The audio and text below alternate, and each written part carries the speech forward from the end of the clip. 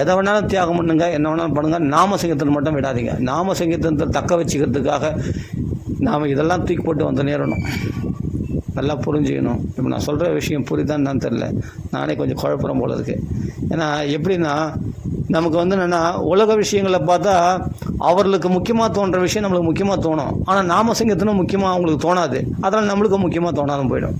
அந்த விஷயம் முக்கியமாக தோணும்போது அந்த பிரச்சனைகளை சமாளிக்கிறதுக்கு நம்ம டைம் ஸ்பெண்ட் பண்ணோம்னா நாம சங்கீர்த்தனத்தை கோட்டை விட்டுருவோம்.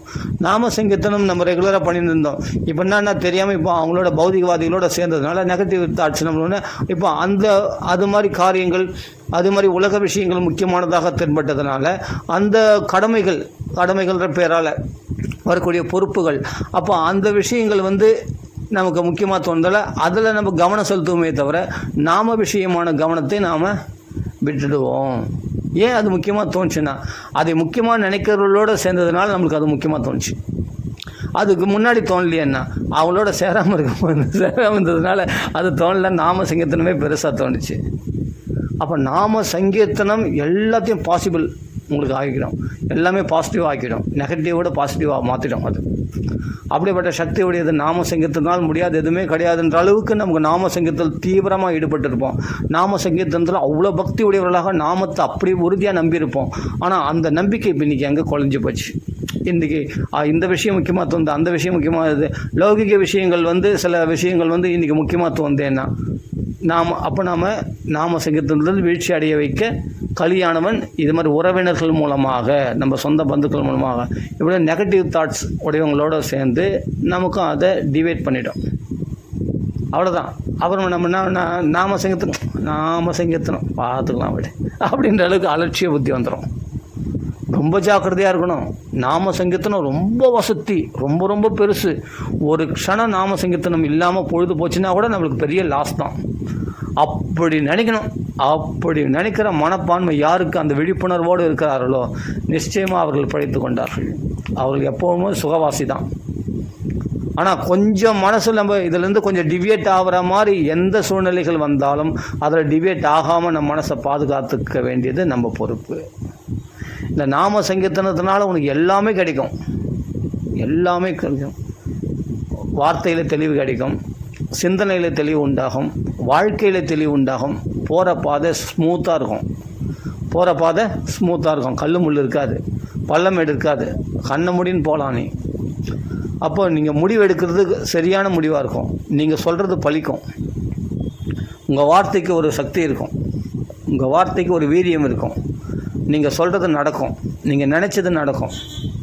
நிறைய மாற்றங்கள் உண்டாகும். நாம சங்கீர்த்தத்தினால உண்டாகாது எதுவுமே கிடையாதுன்னு சொல்லலாம். மொத்தமாக சொல்ல போனால் நாம சங்கீர்த்தத்தினால ஆண்டவனே உன் அருகில் வந்து நிற்பான். ஸ்ரீ கிருஷ்ண புரஸ்திதாக, கிருஷ்ணனை முன்னாடி கொண்டு வந்து நிறுத்துமா. பக்தியா கிருஷ்ண புரஸ்திதாக, பக்தினால கிருஷ்ணனை முன்னாடி கொண்டு வந்து நிறுத்த முடியும். பக்தினா நாம சங்கீர்த்தனம் தான் பக்தி. இதை மறுக்கவே முடியாது.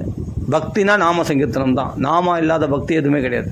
அர்ச்சனை பண்ணுறதுனால அர்ச்சனை பக்தினா அர்ச்சனை கிருஷ்ணாய நமக அப்படின்னு நமஸ்காரம் அர்ச்சனை பண்ணுறோம். நாம இல்லாத ஒரு பக்தி சொல்லும் போகலாம். கிருஷ்ணாய நமக அப்படின்னு ஒரு நமஸ்காரம் பண்ணுறோம், சேவிக்கிறோம். எல்லாத்துலையும் நாமா வேணும். நாமா தான் திலகம்.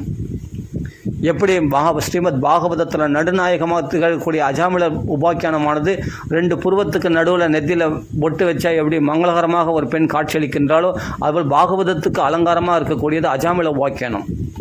12 ஸ்கந்தங்களை நடுமையமாக இருக்கக்கூடிய 6வது ஸ்கந்தத்தில் முதல் அத்தியாயத்தில் அஜாமில உபாக்கியானம் திலகம் போல புரியுதா, நடுமையத்தில், அதாவது நெற்றியில் நடுவில் திலகம் வச்ச மாதிரி மங்களத்தை உண்டாக்கக்கூடியது பாகவதத்துக்கு எதுனா அஜாமில உபாக்கியானம் தான் இல்லையா. அது மாதிரி திலகம் வச்சா ஒரு பெண்ணுக்கு மங்களம் உண்டாகுவது போல அது மாதிரி பாகவதத்துக்கு மங்களமே நாம சங்கீர்த்தனம் தான் இல்லையா. அதனால் நல்லா புரிஞ்சுக்கணும்.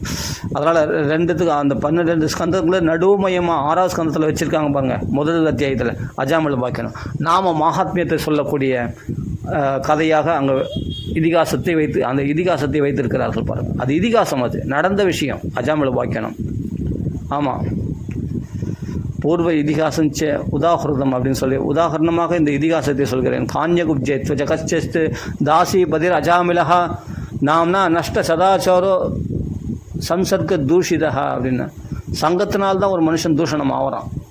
நம்ம எப்படியாப்பட்ட சங்கத்தை எடுத்துக்கொள்கிறோமோ அந்த சங்கத்துக்கு ஏற்ற மாதிரி தான் நம்ம சிந்தனைகளும் இருக்கும். நல்லா புரிஞ்சுக்கணும். சாதாரண விஷயம் இல்லை. இப்போ நம்ம சொல்கிறது சாதாரண விஷயம் இல்லை. சங்கத்தை பொறுத்து தான் நம்ம வாழ்க்கை மாறும். நல்ல சங்கத்தை எடுத்துக்கொண்டோமானால், தெய்வீகமான சங்கத்தை, அழகாக நாம சங்கீர்த்தனத்துக்கு ஹேதுவாக நாம சங்கீர்த்தனத்தை ஆதரிக்கக்கூடியவர்களாக அப்படிப்பட்ட சங்கத்தை எடுத்துக்கொண்டோமானால் நம்ம வாழ்க்கையில் முன்னேற்றம் அடைகிறத நம்ம கண்கூட பார்க்கலாம். நான் நேற்று பார்த்தேன், இப்படி இருந்தேன், இன்றைக்கி இப்படி ஆனால் எப்படின்னு எனக்கு தெரியலையே அப்படின்னு இருக்க மாட்டோம். நான் எப்படி வளர்ந்தேன்னு எனக்கு தெரியும், நான் எப்படி முன்னேற்றம் அடைஞ்சேன்னு எனக்கு தெரியும். அப்படிப்பட்ட கண்கூடாக நீங்கள் உங்கள் வாழ்க்கை உயர்வை நீங்கள் உணரலாம். ஆனால் நாமத்தை விட்டுட்டு நாமத்தை பிடிச்சிக்கிட்டு நீங்கள் எந்த தர்மத்தை வேணால் உங்களை விட்டு போகலாம். நாம தர்மத்தை பிடித்து கொண்டு நீங்கள் எந்த தர்மமும் உங்களை விட்டு போகலாம். நீங்கள் தபஸ் பண்ணுறீங்களா, யோகம் பண்ணுறீங்களா, அதை பண்ணுறீங்க, இதை பண்ணி, அந்த விரதம் இந்த விரதம் இருக்கிறீங்க, நான் தீர்த்த யாத்திரை போகிறேன், கோயில் அலையிறேன், நான் அங்கே போகிறேன், எல்லாத்தையும் கூட விட்டுடலாம். ஆனால் நாம சங்கீதத்தை பிடிச்சிக்கிறதுக்காக நீங்கள் எதை வேணால் விடலாம். நாம சங்கீதத்தை விட்டுட்டு நீங்கள் எந்த தர்மத்தை கடைப்பிடிச்சாலும் அது கலியுகத்துக்கு ஹேதுவாகாது, உகந்ததாக ஆகாது. அதில் நிறைய ஃபெயிலர்ஸ் வரும், நிறைய தடங்கள் வரும், பல பிரச்சனைகள் நடுவில் போராடி தான். அதுவும் அந்த நாம சங்கீதத்தினுடைய அனுகிரகத்தினால்தான். நாம சங்கீதத்தினால இல்லைன்னு சொல்லாமல் நாம சங்கீதத்தை விட்டு நீங்கள் எந்த தர்மத்தை கடைப்பிடிச்சாலும் அது பிரயோஜனமற்றது. டைரெக்டாக சொல்ல போனால் அப்படியே சாதிச்சுனாலும் ரொம்ப கஷ்டப்பட்டு சாதிக்கணும். ஆனால் நாம சங்கீதத்தை பிடித்து கொண்டு நீங்கள் எந்த தர்மத்தை கடைப்பிடித்தாலும் அந்த தர்மம் செல்லுபடியாகும். நீங்கள் சொல்கிற பகவத்கீதை தேன்மறி நிற்கும், நீங்கள் சொல்கிற பாகவதம் தேன்மறி நிற்கும், நீங்கள் சொல்கிற ராமாயணம் தேன்மறி இருக்கும். நீங்கள் என்ன நாமத்தை படிச்சிருக்கீங்க, உங்கள் வாக்கால் பாகவத ராமாயணம் மகாபாரதம்லாம் கேட்டால் ஆனந்தமாக இருக்கும். நீங்கள் நாம சங்கீர்த்தனத்தை பிடித்து கொண்டு நாமத்தை நீங்கள் கெட்டியாக பிடிச்சிங்கன்னு நீங்கள் எதை செய்தாலும் அது பாசிபிள், வெற்றிகரமாக. நீங்கள் தொட்டு நீங்கள் கைத்தட்டி நாம சங்கீர்த்தனம் பண்ணிவிட்டு அந்த கையால் ஒருத்தருக்கு போய் வியாபாரம் பண்ணிங்கன்னா அந்த வியாபாரம் ஓஹோன்னு நடந்த விஷயம். ஒரு கீரை விற்கிறவங்க ஒரு அம்மா, எங்கள் பெரியம்மா தான், அவங்க பங்காளி முறையில் எங்களுக்கு பெரியம்மா. எப்போ பார்த்தாலும் நம்ம கையால், அடியன் கையால், எப்பா நீ காசு கூட கம்மியாக கொடுறா, பரவாயில்லடா, நீ வந்து போனி பண்ணுறா, இப்படியே தான் ரொம்ப தொல்லை பண்ணுவாங்க. அப்போ நம்ம கையால் அவங்க போய் போனி பண்ணோம்னா உடனே பார்த்தா அன்றைக்கி கொஞ்ச நேரத்தில் கீரையை விற்று அந்த கீரை மூட்டையை மொத்தத்தையும் விற்றுட்டு வந்துடுவாங்க. அந்த அன்னக்கொடியில் கீரை எடுத்தும்போவாங்க, அப்புறம் மூட்டையில் எடுத்தும்போவாங்க, எல்லாமே விற்றுட்டு வந்துடுவாங்க. ஏன்னா நம்ம நாம சங்கீர்த்தனம் பண்ணுறதுனால நம்ம கையில் இப்போ வியாபாரம் பண்ணால் உடனே எப்பா ஒரு நாள் வாங்கினேன், நான் ஒரு நாள் வாங்கலாம் கீரை, என்ன டெய்லி நம்ம கீரை வாங்கி சாப்பிட முடியுமா அதுக்குன்னு. ஆனால் அவங்க போகும்போதெல்லாம் கூப்பிடுவாங்க. போகும்போது காய்கறி விற்றாங்கன்னா அப்படியே ஒரு மேடையில் போடுவேன், வா இந்த போனி பண்ணு நான் அப்படின்னு, நீ குறைஞ்ச காசு கூட கொடு பரவாயில்ல அப்படின்வாங்க. அப்படிலாம் கொடுக்க மாட்டேன், அவங்களுக்கு நியாயமான காசை கொடுத்துட்டு தான் வாங்கிட்டு வருவேன். இப்போ 20 ரூபா கீரை, ஒரு கட்டு 20 ரூபா கீரைன்னு சொன்னால் 20 ரூபா கொடுத்துட்டு வாங்கிட்டு வருவேன். அவங்க பார்த்தா அன்றைக்கி பார்த்தா எப்படியோ வியாபாரம் ஆகிடும். நான் சொன்னேன், இந்த பாரு இதெல்லாம் ஒன்றும் கிடையாது, நீ வியாபாரம் ஆகிறது தானே ஆகும், அது நான் போனி பண்ணானா யார் போனி பண்ணானா, இல்லைடா நீ போனி பண்ணால் நல்லா ஆகும்டா அப்படின்னு சொல்லிட்டு என் மேலே பாசமாக என்னை எப்போ பார்த்தாலும் அன்பாக கூப்பிடுவாங்க. வேறு வாடான்ட்டு வந்துனானா உடனே நம்ம அந்த கீரை விற்றோம்னா ஓஹோன் ஆகிடும். ஒரு பழ வியாபாரி வரமா, அவனா கொஞ்சம் வாப்பா போனி பண்ண, நீ கொஞ்சம் பழம் வாங்கி போய், மாம்பழத்தை வாங்கி போயேன் அப்படின்னு, உனக்கு கம்மியாக கூட கொடுக்குறேன், நீ வாங்கிக்கோ. ஏன் அது மாதிரி கம்மியாக கொடுக்கணும்? அப்போ நம்ம வந்து என்னென்னா கண்கூட பிரத்யட்சமாக நடந்த விஷயம். ஏன்னா எனக்கு தெரியாது, அந்த பழ வியாபாரி அந்த கீரை வியாபாரி அந்த அம்மா வந்து சொன்னது. அப்போ நம்ம பழம் வாங்கினாலும் உடனே பார்த்தா மொத்த பழம் விற்றுரும் கொஞ்ச நேரத்தில். என்ன ஆச்சரியமாக இருக்கும், என்னடா அது அப்படிலாம் கிடையாது. ஒரு நாள் பார்த்தா விற்காமையே இருக்கும், அதுவும் உண்டு. ஆனால் அப்புறமா விற்றுரும், அது வேறு விஷயம். இருந்தாலும் சில இடத்துல லேட்டாக விற்கும், சில உடனே விற்றுரும். அது மாதிரி அவங்க வந்து என்ன பண்ணுவாங்கன்னா புரிஞ்சிக்கினாங்க, இவனை பிடிச்சா. இப்போ நாமத்தை சொல்கிறவங்கள பிடிச்சாலே நமக்கு நல்லது நடக்கணும் போது நீ நாமத்தை பிடிச்சிக்கிட்டா ஏன் நல்லது நடக்காது அப்படின்னும் போது நல்லா புரிஞ்சுக்கணும். இப்போ நம்ம வந்து ஏதாவது ஒரு வியாபாரம் பண்ணி எங்கன்னா போகிறோன்னா நம்ம, ஆனால் நான் இப்போ பாசிட்டிவ் சொல்லிட்டேன். இப்போ எனக்கு வந்து என் கையால் வந்து வியாபாரம் பண்ணால் நல்லா வியாபாரம் ஆகுதுன்னு. ஆனால் இதே ஒரு அம்மா என்ன பண்ணுவாங்க, நான் வந்து அவங்க வந்து என்னென்னா பார்த்து அவங்களுக்குன்னு ஒரு ஆள் வச்சுருக்காங்க. இப்போ நம்ம வந்து என்னென்னா ஒரு சுண்டல்லாம் விற்கிறாங்க, ஒரு நாஸ்டா கடை, அந்த இடத்துல போனால் என்ன பண்ணுவாங்க, இன்னும் போனி ஆகலை அப்படின்வாங்க. யாரையுமே சேர்க்க மாட்டாங்க. அவங்களுக்குன்னு ஒரு ஆளை வச்சுருக்காங்க. அவங்க வந்து போனி பண்ணால் தான் அவங்களுக்கு நல்ல வியாபாரம் ஆகணுன்னு. இப்போ நான் போனால் கூட வேணாம் கையை வைக்காத அப்படின்னு சொல்லி அப்படி திரஸ்காரம் அதுபோல் என்ன திரஸ்காரமும் பண்ணியிருக்காங்க. என்ன மட்டும் இல்லை, அவங்க வந்து அவங்களுக்குன்னு ஒரு 2-3 பேர் வச்சுருக்காங்க. அவங்க வந்து போனி பண்ணால் தான் நல்லா வியாபாரம் ஆகுன்னு. அப்படினால என்ன பண்ண நம்மளாம் போனால் கூட நம்மள அவங்க கிட்ட சேர்க்க மாட்டாங்க. இன்னும் 2-3 பேர் யார் பொது ஜனங்க யார் வந்தாலும் சேர்க்க மாட்டாங்க. இல்லை நீங்களாம் போனி பண்ணாதீங்க இரு அப்படின்னு சொல்லிட்டு அவங்க யாரோ ஒருத்தர் வந்து போனி அவங்க போனி பண்ணால் தான் நம்மளெல்லாம் வாங்க விடுவாங்க. நம்ம போய் சீக்கிரமாக போய் நம்ம சுண்டல் கேட்டோம்னா கூட கொடுக்க மாட்டாங்க. அது மாதிரி ஆட்களும் இருக்காங்க. அது மாதிரி அவமானப்படுத்தப்பட்டும் இருக்கேன். அது மாதிரி நம்ம கையை வைக்க வேணான்னு அது போல் என்னை திரஸ்காரமும் பண்ணியிருக்காங்க. ஆனால் எங்களை வாங்கினதில்லை. நான் வந்து ஒரு தடவை போனி பண்ணியிருந்தால் அவங்களுக்கு தெரிஞ்சிருக்கும். அவங்களுக்கு தெரியல. சரி நம்ம போனால் வியாபாரம் ஆகாதுன்னு அவங்க நினச்சின்னு இருக்காங்க. அது போல் அது மாதிரி இடத்துலையும் ஒரு இடத்துல அவங்க 3வது மனுஷால் எங்கேயோ ஒரு இடத்துல இருக்காங்க. அங்கே போய் வியாபாரம் அங்கே போய் அடிக்கடி போய் சுண்டல் வாங்கணும்னு போனால் அங்கே வந்து நான் அப்போ திரஸ்காரம் பண்ணப்பட்டிருக்கேன். அப்படியே இருக்குது. புரியுதுங்களா? அதனால் அவமானமும் பட்டிருக்கேன். அதெல்லாம் சொல்ல நம்மளுக்கு நல்லா தெரிஞ்சவங்க இப்போ என்னை பற்றி புரிஞ்சுக்கணும். இது போல் இவன் பண்ணால் வியாபாரம் நல்லா போகணும்னு. இப்போ அவங்க தெரியாததுனால என்ன பண்ணுறாங்க, அவங்களுக்கு 2 பேர் யாருனா வந்து போனி பண்ணால் தான் அவங்களுக்கு நல்ல வியாபாரம் ஆகும். இதெல்லாம் வந்து ஒரு விதத்தில் பார்த்தா மூட நம்பிக்கை தான். அது என்னை பொறுத்தவரையும் பார்த்தா இது என்ன அவங்க வியாபாரம் இவங்க வியாபாரம், அது ஒரு விதத்தில் நியாயம்தான். இது மாதிரி நாம சங்கீர்த்தனம் பண்ணிவிட்டு நம்ம கையால் ஒரு 10 ரூபா கொடுத்தோம்னா அவங்களுக்கு அது விருத்தி ஆகும். அது உண்மை தான், இல்லைன்னு சொல்ல வரல. அது நாம சங்கீர்த்தனத்தினால அது மகிமை ஓகே. ஆனால் இதனால் மற்றவங்களை உதாசீனப்படுத்துறது தப்பு. நீங்களாம் வியாபாரம் பண்ணக்கூடாது, நீங்கள் கை வைக்காதீங்க பொருளில், நீங்கள் கை வைக்காதீங்க பொருளில், உன்னுடைய கையை எடுத்து வச்சுன்னா எனக்கு சரியாக வியாபாரம் ஆகாது அப்படின்லாம் சொல்கிறது வந்து அவங்க மனசை புண்படுத்துகிற மாதிரி இருக்குது.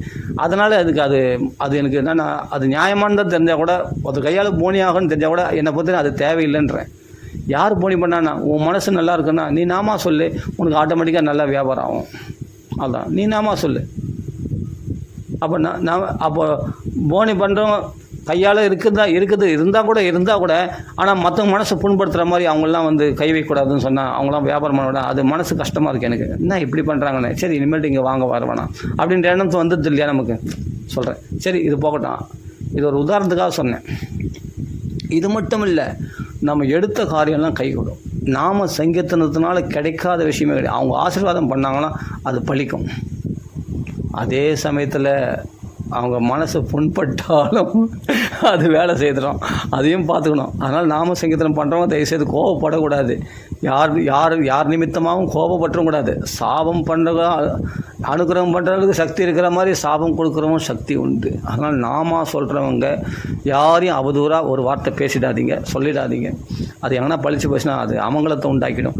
அது மாதிரி இருக்கக்கூடாது. ஆனால் நாம சங்கீர்த்தனம் பண்ணுறவங்கள என்றைக்குமே பகைச்சிக்கக்கூடாது. நாம சங்கீர்த்தனம் பண்ணுறாங்க இல்லையா, அந்த நாமா சொல்கிறாங்க இல்லையா, அதனால் யாரையுமே தூஷணம் பண்ணக்கூடாது. யாரையும் அவங்க நல்லது மங்களம் நாம சங்கீர்த்தனம் பண்ணுறாங்கன்னா அவங்க வந்து பிறகு அமங்கலத்தை நினைக்கிறாங்கன்னா கண்டிப்பாக அவங்க நாம சங்கீர்த்தனத்துக்கு அது தடையாயிடும். நாம சங்கீர்த்தம் ரெகுலராக பண்ணுறது தடை உண்டாயிடும். நாம் ஏன்னா மங்களத்தை நினைக்க நம்ம என்ன நாம சங்கீர்த்தனம் விருத்தி ஆகும். அமங்கலத்தை நினச்சா எப்படி நம்மளுக்கு நாம சங்கீர்த்தனம் விருத்தி ஆகும். நிறைய பேருக்கு வந்து நாம சங்கீர்த்தத்தில் புத்தியே போகாது. பார்த்தானேண்ணா எதனாலண்ணா அவங்களுடைய பாபம்தான், அந்த பாப விளைவுகள் தான் நாம சங்கீர்த்தனம் பண்ண விடாமல் தடுக்கிறது அப்படின்னு சாஸ்திரம் சொல்கிறது. இதுக்கு என்ன சொல்கிறது? ஆனால் நாம சங்கீர்த்தனம் பண்ணால் பாவம் போயிடும். நாம சங்கீர்த்தனம் வச்சு சர்வ பாப பிரணாசனம். நாம சங்கீர்த்தனம் பண்ணுறதுக்கு பாவம் போயிருக்கணுமே. நாம சங்கீர்த்தனம் பண்ணால் பாவம் போயிடும். நாம சங்கீர்த்தனம் பண்ணுறதுக்கு பாவம் போயிருக்கணுமே. அதுக்கு என்ன பண்ணணும்? அப்படி பாவம் போனவர்களாகிய நாம சங்கீர்த்தனம் செய்யக்கூடியவர்களோடு நம்ம தொடர்பு கொண்டால், சத்சங்கத்தை ஏற்படுத்தி கொண்டால்,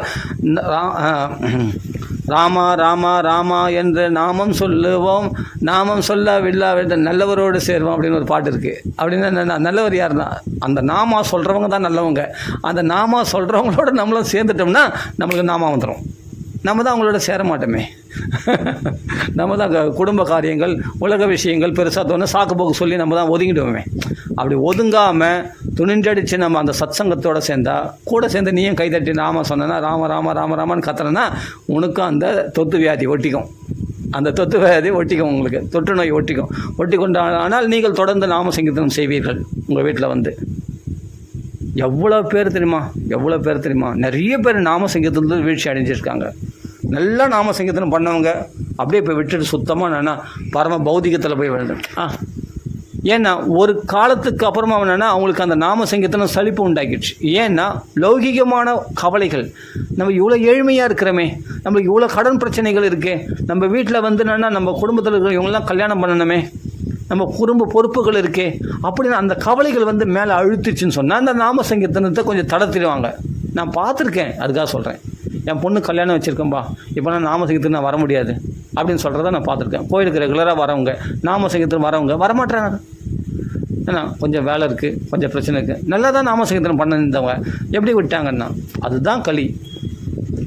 வேற ஒரு திசையை திருப்பிடுவோம், வேற ஒரு பொறுப்புகளை காண்பிச்சு நம்ம டிபேட் பண்ணுவோம். நம்ம மனசு எப்போ அமங்கலமாக இருக்குன்னா நாம சங்கீதத்தை விட்டு பௌதிக கவலைகளில் உழலும் போது அவைகளை பொறுப்பாக எடுத்து நடத்தும் போது நம்ம மனசு அமங்கலமாக தான் இருக்கும். நமக்கு அந்த கவலைகள் தான் பெருசாக இருந்தாலும் நம்மளுக்கு மங்களகரமாக இந்த காரியம் நடக்குமா, நம்ம போன இடத்துல பணம் கிடைக்குமா அப்படின்னு டவுட்டாகவே இருப்போம். நம்ம எல்லாத்துலேயுமே ஒரு நெகட்டிவ் திங்கோடவே நம்ம செயல்படுவோம். போனால் கிடைக்கும், வெற்றியாக நடக்கும் அப்படின்னு ஒரு தெளிவான சிந்தனை, ஒரு பாசிட்டிவான திங்கிங் நாம சங்கீர்த்தனம் பண்ணுறவங்களுக்கு தான் வரும். ஆனால் இவங்க என்ன பண்ணுவாங்கன்னா ஒரு எப்படின்னா தடைப்பட்ட ஆசைகளோ விக்ன ஹிருதயத்தோடவே, அதனால் தடைப்பட்ட ஆசைகளோடவே உழண்டு கொண்டிருப்பார்கள். எல்லாமே ஒரு தடையோடவே போராடி தான் ஒன்று கிடைக்கணும் அப்படின்னு நினைக்கிறவங்களுக்கு போராடி தான் கிடைக்கும். வேறு என்ன பண்ண முடியும்? ஒவ்வொரு ஆசைகளும் அவங்களுக்கு நிறைவேறனா, ஒவ்வொரு விஷயத்தையும் அவங்க ஈடுபடனா அதில் போராடி தான் அவங்கள ஜெயிக்க முடியும் ஒவ்வொரு விஷயத்தையும். அப்படின்னா ஏன்னா அக்லிஷ்டக்காரனாக ராமச்சந்திரமூர்த்தியை பிடிக்காதனால, கிளேசம் இல்லாமல் முடித்து கொடுக்கக்கூடிய ராமனை பிடிக்காதனால, ராமநாமத்தை பிடிக்காதனால உங்களுக்கு தடைப்பட்டு ஆசைகள் நிறைவேறுகுதா? அப்படி நிறைவேறினா கூட ரொம்ப கஷ்டப்பட்டு ரொம்ப நாள் பொறுத்து நிறைவேறும்.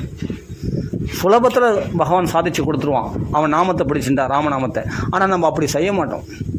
நாம் தடைப்பட்ட ஆசைகளோடவே நம்ம உழண்டு கொண்டு எத்தனை நாள் நம்ம எவ்வளோ ஆசைகள், நிறைவேறின ஆசைகளை விட நிறைவேறாத ஆசைகள் தான் நமக்கு அதிகமாகவே இருக்கிறது. ஏன் அதெல்லாம்? ஒன்று நியாயமான ஆசைகளாக இருக்கணும். அநியாயமான ஆசைகள்னால் பகவான் நிறைவேற்ற மாட்டான். நியாயமான ஆசைகள்னால் சரி, நியாயமான ஆசைகளும் ஏன் நிறைவேற மாட்டேன்து அப்படின்னா நீ சரியான பாதையில் போகல, நீ பண்ணுற பக்தியில் ஏதோ ஓட்டல் இருக்குது அப்படின்னு தெரிஞ்சுக்கும். நீ பண்ணுற பக்தியில் பூர்ணத்துவம் இல்லை, ஏதோ குறை இருக்குது, அப்போ நம்ம பக்தி பண்ணுறதுல ஏதோ சரியில்லை. ஆனால் நீ சரியில்லைனா கூட நாம சங்கீர்த்தனம் பண்ணால் அது பூர்ணமாயிடும். அந்த பக்தியானது பூர்ணமாயிடுது. எங்கே ஃபுல்ஃபில் ஆகுதுன்னா நாம சங்கீர்த்தனத்தினால அது ஃபுல்ஃபில் ஆகிடுது அந்த பக்தியானது. வேறு எதனாலும் அது பூர்ணத்துவம் அடையாது உன் பக்தியானது. நீ எதை விட்டாலும் விடு. பக்தி மார்க்கத்தில் எத்தனையோ அங்கங்கள்னால் பல சாதனைகளை வச்சுருப்பீங்க. சில பேர் இப்படி பண்ணிட்டு தான் பக்தி பண்ணால், அப்படி பண்ணால் தான் பக்தி பண்ண, இதெல்லாம் பக்தி அதெல்லாம் பக்தின்னு பல விதமாக சொல்லிப்பாங்க. ஆனால் நாம சங்கீதம் இந்த கோட்டை விட்டுருவாங்க. ஆனால் மற்ற அங்கங்கள், மற்ற சாதனைகள், மற்ற சிரமங்கள்லாம், மற்ற சாதனைகள்லாம் பண்ணுவாங்க, மற்ற படிகள்லாம் கடைப்பிடிப்பாங்க. ஆனால் பக்தி விஷயத்தில் முக்கியமான நாம சங்கீதத்தை விட்டுட்டு மற்றதெல்லாம் கடைப்பிடிச்சான்னா பிரயோஜனப்படாது. அது உங்களுக்கு பலன் கொடுக்குறது லேட்டாக தான் ஆகும். ஆனால் நாம சங்கீதத்தை படிச்சுட்டு மற்றதெல்லாம் அந்த சுத்தபத்தம் பார்க்குறது, அப்புறமா ஓவராக நம்ம ரொம்ப வெங்காயம் போட்டு சாப்பிட்றது விட்டுடுறேன், அதை விட்டுடுறேன், இது ரொம்ப இந்த ஏகாதசி விரதம் எல்லாமே விரதங்கள் நல்லது தான். ஆனால் நாம சங்கீர்த்தனத்துக்கு சமமாக இந்த தர்மங்கள்லாம் ஆகாது. இது நாம அபராதத்தில் ஒரு அபராதம். நாம சங்கீர்த்தனத்துக்கு சமமாக வேறு தர்மத்தை எதுவும் வந்து வைக்கக்கூடாது. நாம சங்கீர்த்தம் தான் ரொம்ப வசதி. மற்றதெல்லாம் என்னென்னா அந்த நாம சங்கீதத்துக்கு உற்சாகப்படுத்துறதுக்காக தான் இந்த அங்கங்களாக செயல்படுகிறது. நீ வெங்காயம் பண்ணி சாப்பிடாமல் இருக்கிறதோ, இல்லை ஏகாதசி விரதங்கள் இருக்கிறதோ, இல்லை பசியும் பட்டியமாக நாமா சொல்கிறதோ, அதே சமயத்தில் தீர்த்த யாத்திரைக்கு போகிறதோ, கோயில்களுக்கு போகிறதோ, சத்சங்கத்தை நாடுறதோ எல்லாமே நாம சங்கீதத்துக்கு ஹேதுவாக தான். இதுக்கு ஏற்ற மாதிரி உன் லைஃப்பை மாற்றி அமைச்சிக்கோ, இல்லைன்னா கஷ்டப்படுவேன். ஆமாம், நீ இந்த நாம சங்கீதத்தை அலட்சியப்படுத்திட்டு உதாசீனப்படுத்திட்டு நீ எந்த தர்மம் கடைப்பிடிச்சாலும் அது செல்லுபடி ஆகாது. அது கொஞ்சம் காலம் தாழ்த்து தான் செய்யும். அப்போ நம்ம பண்ணுற பக்தியில் எங்கேயோ தடை இருக்குது. என்ன தடைனா நாம சங்கீதம் தான். நாமாவை அலட்சியப்படுத்திட்டு நீ எந்த தர்மம் கடைப்பிடிச்சாலும் அது தடை தான். அப்போ போராடி தான் ஒரு ஆசைகள் நிறைவேற வந்தது, போராடி தான் ஒரு விஷயத்தை பெற வேண்டியது இருக்குது. ஏன் அப்படின்னா நாம சங்கீர்த்தனம் இல்லை. ஆனால் நீ எதை வேணாலும் பண்ணாக்காட்டி பண்ணி சுத்தமாக குளிச்சா குளிக்காட்டி போய் காலைல 4 மணிக்கு இருந்தால் இந்த விரதம் இது மாதிரி இந்த அங்கங்கள்லாம், அதனால் இந்த வழிமுறைகளை இந்த ஸ்டெப் பை ஸ்டெப்பாக காலைல தான் குளிச்சுன்னு சுத்தமாக ஆச்சார அனுஷ்டானம், சுத்த பத்தத்தை கடைப்பிடிக்கிறது, ஆச்சார அனுஷ்டானமாக இருக்கிறது. அதே சமயத்தில் நான் வெங்காயம் போட்டு சாப்பிட மாட்டேன், இல்லை மாம்சபக்ஷனத்தெல்லாம் விட்டுட்டேன். மாம்சபக்ஷனும் கண்டிப்பாக விட்டுடணும். மாம்சபக்ஷனும் கூடவே கூடாது. இது ஒரு அங்கம் கிடையாது, இது முக்கியமான தர்மம். தயவு செய்து மாம்சபக்ஷனம் பண்ணாதீங்க. நீங்கள் நாமா சொல்லுங்கள் சொல்லாட்டிப்பாங்க, ஆனால் மாம்சபக்ஷனம் பண்ணக்கூடாது. அது மகா பாபம். மாம்ச பக்ஷணம் கவிச்சு கூடாது, அதாவது நான்வெஜ்ஜு சாப்பிடவே கூடாது. அது முக்கியமான தர்மம், அது கண்டிப்பாக அதை தவிர்க்கணும். ஆனால் மற்றதெல்லாம் வந்து இப்போ விரதங்கள் ஏகாதசி விரதம் இருக்கிறதில்ல, சரி வெங்காயம் விடுறதில்ல, சரி இதெல்லாம் வந்து என்னென்னா சரி இதெல்லாம் கடைப்பிடிக்காதடி போ. ஆனால் அதே சமயத்தில் நீ காலையில் இருந்து குளிக்கலை இது மாதிரி எத்தனையோ அங்கங்கள் இருக்குது. அங்கங்கள்லாம் எத்தனையோ வழிமுறை, இந்த படிகள் இருக்குது இல்லையா? பக்தி மார்க்கத்தில் இத்தனை படிகள் இருக்குது. இதெல்லாம் நான் பாகவதம் படிக்கலை, ராமாயணம் படிக்க இதெல்லாம் பண்ண வேண்டிப்போம். ஆனால் நாமத்தை விடாத, நாமத்தை பிடிச்சிக்கோ. அப்புறம் பாகவத்தில் உங்களுக்கு தன்னாலே இன்ட்ரெஸ்ட் வரும். ராமன் படிக்கிறவங்களே நாமத்துக்கு சம்மா இதெல்லாம் கிடையாது. நாமத்தை பிடிச்சிக்கிட்டு அப்புறம் பாகவத்தில் உங்களுக்கு தன்னாலே இன்ட்ரெஸ்ட் வரும். ராமாயணத்தில் அந்த கதைகள்லாம் உங்களுக்குள்ளே பிரகாசிக்கும். நீங்கள் சொன்னால் அந்த கதை தேன் மாதிரி நிற்கும். நீங்கள் நாம சங்கீர்த்தனம் பண்ணுறவங்க நீங்கள் சொன்னீங்கன்னா அந்த பாகவதம் தேன் மாதிரி நிற்கும். நீங்கள் சொன்ன சின்ன கதை கூட அப்படியே மனசில் ஆழமாக போய் எல்லா மனசுலையும் போய் பதியும். ஏன்னா உங்களுக்கு தபஸ் இருக்குது. உங்கள் தபஸ் சக்தியினால் நீங்கள் சொல்கிறீர்கள். நாம தபஸ் இருக்குது. அந்த தபஸ்னால் நீங்கள் சொல்லக்கூடிய வார்த்தைகளானது பசுமரத்தாணி போல் பதியும். மற்றவங்களுக்கு வார்த்தையிலையும் தெளிவு இருக்கும். நாம சங்கீர்த்தனம் பண்ணாத போது ஒரு மாதிரி இருக்கும் வார்த்தை. ஆனால் நாம சங்கீர்த்தனம் பண்ணும்போது என்னென்னா வார்த்தைகளே ஸ்பஷ்டமாக இருக்கும். அது நம்ம கண் கூட பார்க்கலாம். இதெல்லாம் இது மட்டும் இல்லை, இன்னும் எந்த அளவுக்கு நாம சங்கீர்த்தனம் நிறைய பண்ணுறீங்களோ அகண்டனம். அதனால தான் ஆசை ஆசை ஆசை ஆசை ஆசை ஆசை நாம சங்கீர்த்தனம் பண்ண இன்னும் பண்ணணுன்ற ஆசை தான் அதிகமாகும். நாம சங்கீர்த்தனத்துக்கு புறம்பாக எதுனா பௌதிக விஷயங்கள் வந்து அவ்வளோ லேஸில் நீங்கள் நாம சங்கீர்த்தனம் நிறைய பண்ணிட்டு பாருங்கள். பௌதிக விஷயமான காமக்ரோதங்கள் உங்களை வந்து தாக்காது. நிறைய விஷயத்தில் நீங்கள் யோசித்து ஆசைப்படுவீங்க, யோசித்து கோவப்படுவீங்க, கொஞ்சம் நிதானிப்பீங்க. அந்த இடத்துல அந்த நிதான புத்தியை கொடுக்கறது நாம சங்கீர்த்தனம். அவ்வளோ உடனே சுருக்குன்னு கோபம் வந்துடாது உங்களுக்கு, சுருக்குன்னு உங்களுக்கு ஆசை வந்துடாது. திடீர்னு கோபம் வசப்பட மாட்டீங்க. உங்களுக்குள்ள அந்த சக்தியானது என்னன்னா, உங்களுக்குள்ள அந்த புலநடக்க சக்தி உங்களுக்குள்ளே பார்த்தா திருடமாக இருக்கும். உங்களுக்குள்ளே நீங்களே பார்க்கலாம். நிறைய நாம சங்கீர்த்தனம் பண்ணுறவங்களுக்கு பார்த்தா அந்த அவங்களுக்குள்ளே அந்த கண்ட்ரோல் பண்ணுற புத்தி இருக்கும், அந்த பொறுமை இருக்கும், அந்த சக்தி பார்த்தா. ஆனால் ஆரம்பத்தில் நாம சங்கீர்த்தனம் முதல்ல வரவங்களுக்கு இப்போ சில சோதனைகள் வரதான் செய்யும். பயங்கரமாக கோபம் வரும், எல்லாமே வரதான் வரும். ஆனால் நல்ல நாம சங்கீர்த்தனம் தொடர்ந்து அந்த கோபம் வருது. ஆரம்பத்தில் சோதனை பண்ணுற மாதிரி நம்மளுக்கு நிறைய ஆசைகள் வருது, கோபம் வருதுன்னா ஆரம்பத்தில் நாம சங்கீர்த்தனம் பண்ணுறவங்களுக்கு தபஸ் ஏற கொஞ்சம் இந்த சோதனைகள்லாம் வரதான் வரும். ஆனால் தொடர்ந்து அதுக்கு என்ன பரிகாரம்னா அந்த நாம சங்கீர்த்தனமே பரிகாரம். இப்போ நாம சங்கீர்த்தனம் நம்மளுக்குள்ள தபஸ் உற்பத்தியாக நம்மளுக்குள்ள ஹீட்டு, நம்மளுக்குள்ள தபஸ் அதிகரிக்க கண்டிப்பாக நம்மளுக்குள்ள சுருக்குன்னு கோபம் வரும். எல்லாமே என்ன அது நம்ம அப்போ கோவப்பட்டோம், நம்ம ஆசைப்பட்டோம்னா அந்த தபஸை குறைச்சிடும். ஆனாலும் நம்ம தொடர்ந்து நாம சங்கீர்த்தனம் பண்ணால் அந்த கோபதாபங்கள் நம்மளை விட்டு போயிடும். ஒரு நிலைக்கு வரைக்கும் தான் இந்த நாம சங்கீர்த்தனம் பண்ணுறவங்களுக்கு பார்த்தா நிறைய பேர் கோபம் வரும், நான் பார்த்துருக்கேன் ஆரம்ப நிலையில். ஆனால் தொடர்ந்து அதுக்கு என்ன பரிகாரம்னா அது தொடர்ந்து நாம சங்கீர்த்தனம் பண்ணுறது தான் பரிகாரம். அப்போ தொடர்ந்து நாம சங்கீர்த்தனம், ஏன்னா ஆரம்ப நிலையில் பக்திக்கு வரவங்க நாம சங்கீர்த்தனம் பண்ணுறவங்களுக்கு இது மாதிரி இடையூறுகள் வரதான் செய்யும். அது இல்லைன்னு சொல்ல முடியாது. நாம சங்கீர்த்தனம் பண்ண வந்தால் களி பாதிக்க மாட்டான் தான். தீவிரமாக நாம சங்கீர்த்தனம் பண்ணுறவங்கள பாதிக்க மாட்டான். நாம அபராதங்கள் இல்லாமல் நாம சொல்கிறவங்க பாதிக்க மாட்டான். கரெக்ட் தான். நம்ம கண்டிப்பாக ஆரம்ப நிலையில் இருக்கிறவங்க நாம அபராதங்கள் பண்ணி தான் தீருவோம். அதே சமயத்தில் தொடர்ந்து நாம சங்கீர்த்தனம் பண்ணால் நாம அபராதம் அவங்களுக்கு வராது, அது வேறு விஷயம். ஆனால் தொடர்ந்து நாம சங்கீர்த்தனம் பண்ணுறவங்களுக்கு ஆனால் ஆரம்ப காலகட்டத்தில் நாம அபராதம் பண்ண தான் செய்வோம். அதே சமயத்தில் நம்ம டிவியேட் ஆகும். அதாவது என்னென்னா நாம சங்கீர்த்தனத்தில் வீழ்ச்சி அடையிறது வாய்ப்பு உண்டு. ஆனால் தொடர்ந்து பழக சத்சங்கத்தை எடுத்துக்கணும். அதுக்கு தான் நம்மளால் பண்ண முடியல, தொடர்ந்து பண்ண முடியல, நம்மளுக்கு தடங்கள் வருது அப்படின்னா தொடர்ந்து இந்த சத்சங்கத்தை எடுத்து தொடர்ந்து நாம சங்கீர்த்தனம் பண்ண அது பிறகு இன்றைக்கி சிறந்த நாம சங்கீர்த்தனம் பிரியராக ஆகிட்டீங்கன்னு சொன்னால் அது பிறகு உங்களுக்கு அபராதங்களும் வந்து தாக்காது. அதே சமயத்தில் காமக்ரோதங்களை நீங்கள் விழ மாட்டீங்க. நீங்கள் கண் கூட பார்க்கலாம்.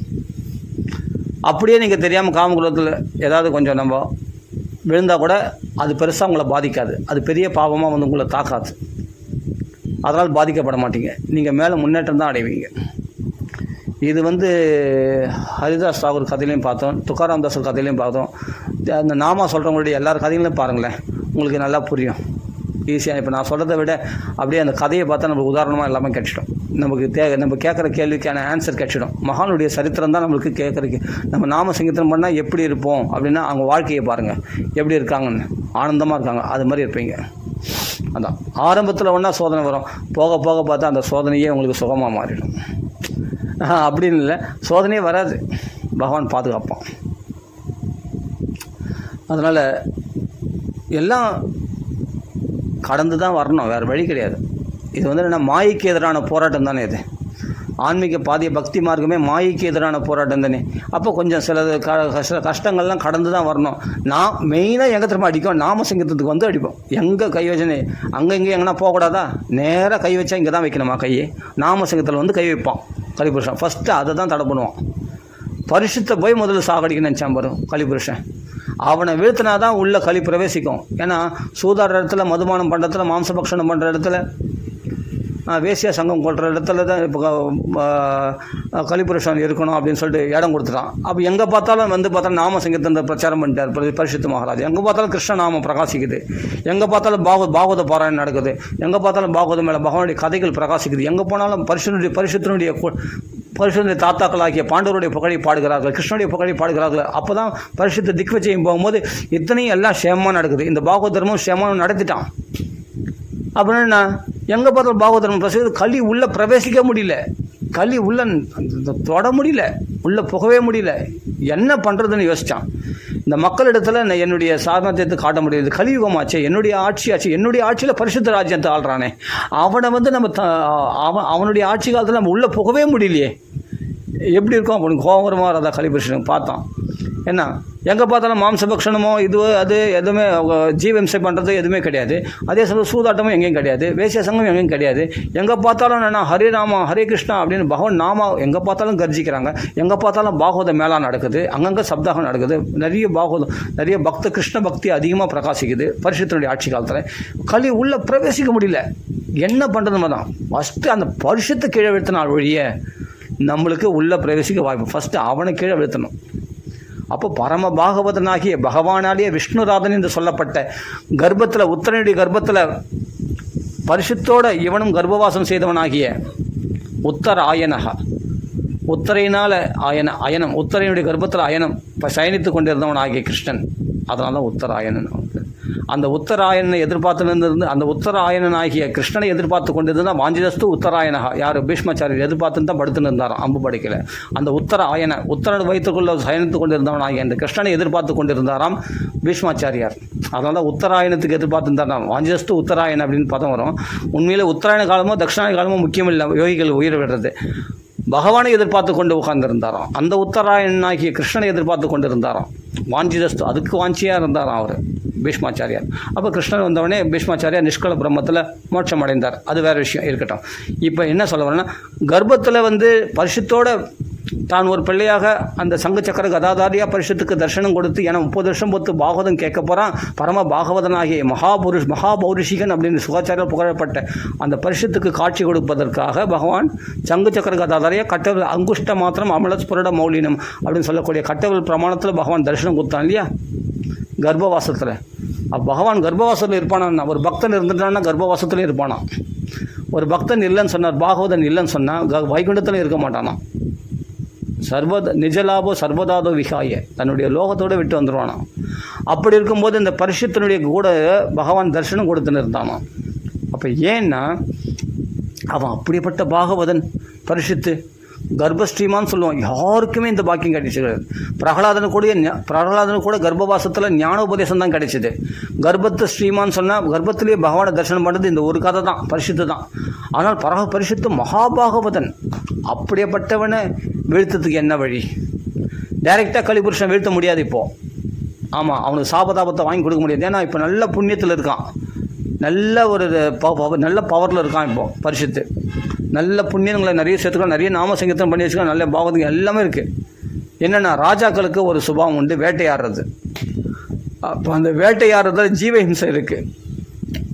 இந்த இடத்துல தாக்கினா தான் அவனை தாக்க முடியும். அப்போ ஜீவஹிம்சை பண்ணுற இடத்துல கலிபுருஷன் வரனா, இங்கே வந்துட்டான் கலிபுருஷன் வந்துட்டானே சரி உடனே பரிசுத்தை அழிச்சிட்டான், அழிக்க முடியாது.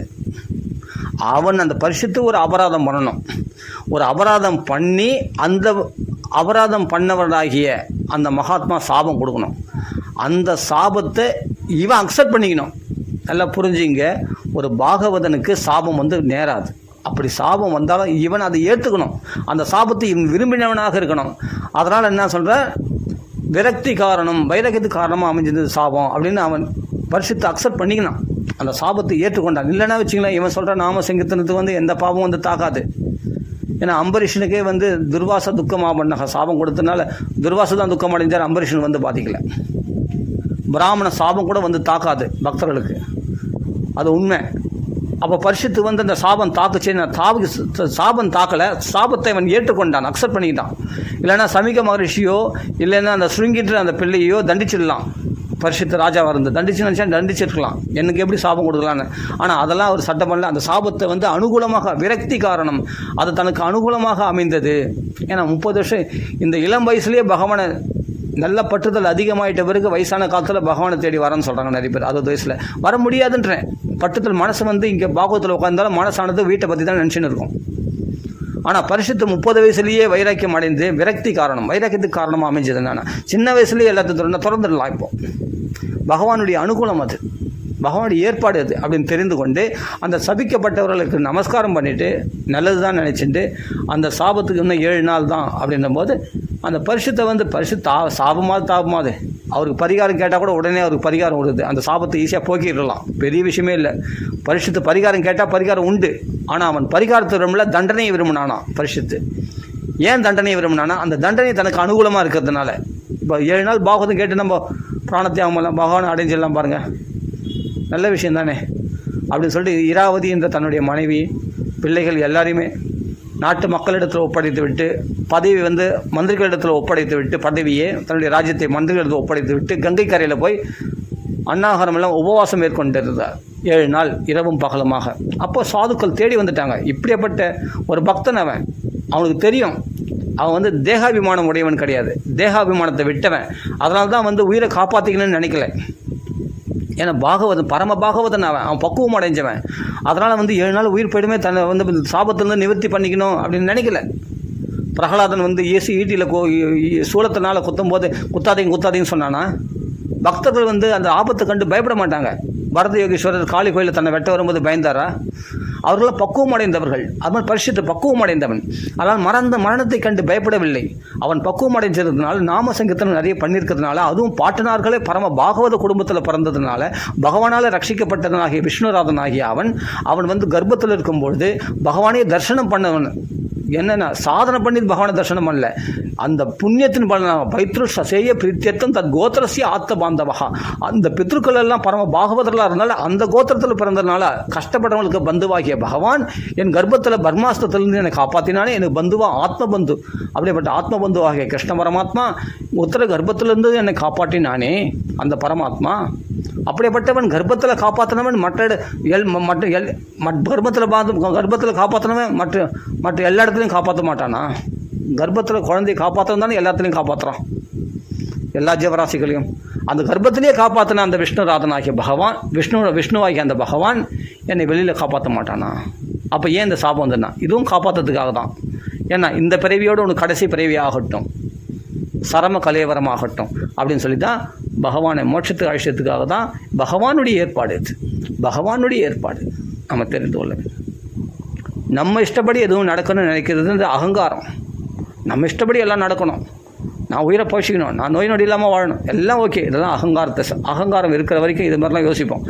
என்றைக்கு அகங்காரம் அடியோடு இருந்தால் எல்லாம் கிருஷ்ணர் இஷ்டம், பகவானுடைய இஷ்டம், எல்லாம் கிருஷ்ணார்ப்பணம் வஸ்து, சர்வம் ஸ்ரீ கிருஷ்ணார்ப்பணம் வஸ்து, ஸ்ரீகிருஷ்ண சரணம் அம்மா, அவ்வளோதான். அப்படி போயிடும் புத்தி. அப்படின்னா கிருஷ்ணர் இஷ்டம், என்னை இப்போ 7 நாளில் மரணம் தட்சிண பாவம், இது கிருஷ்ணருடைய இஷ்டம் அப்படின்ட்டு எல்லாம் கிருஷ்ணர் இஷ்டம்னு போயிட்டார் பரிசுத்து. இது பக்குவம் அடைந்து அகங்காரம் அடியோடு போன நிலை இது. அந்த நிலையில் தான் அந்த மரணத்தை கண்டு பயப்படாமல் தைரியமாக போனார். பரிகாரம் இருக்கான்னு கேட்டால் பரிகாரம் இருக்குது, ஆனால் அதை விரும்பலை.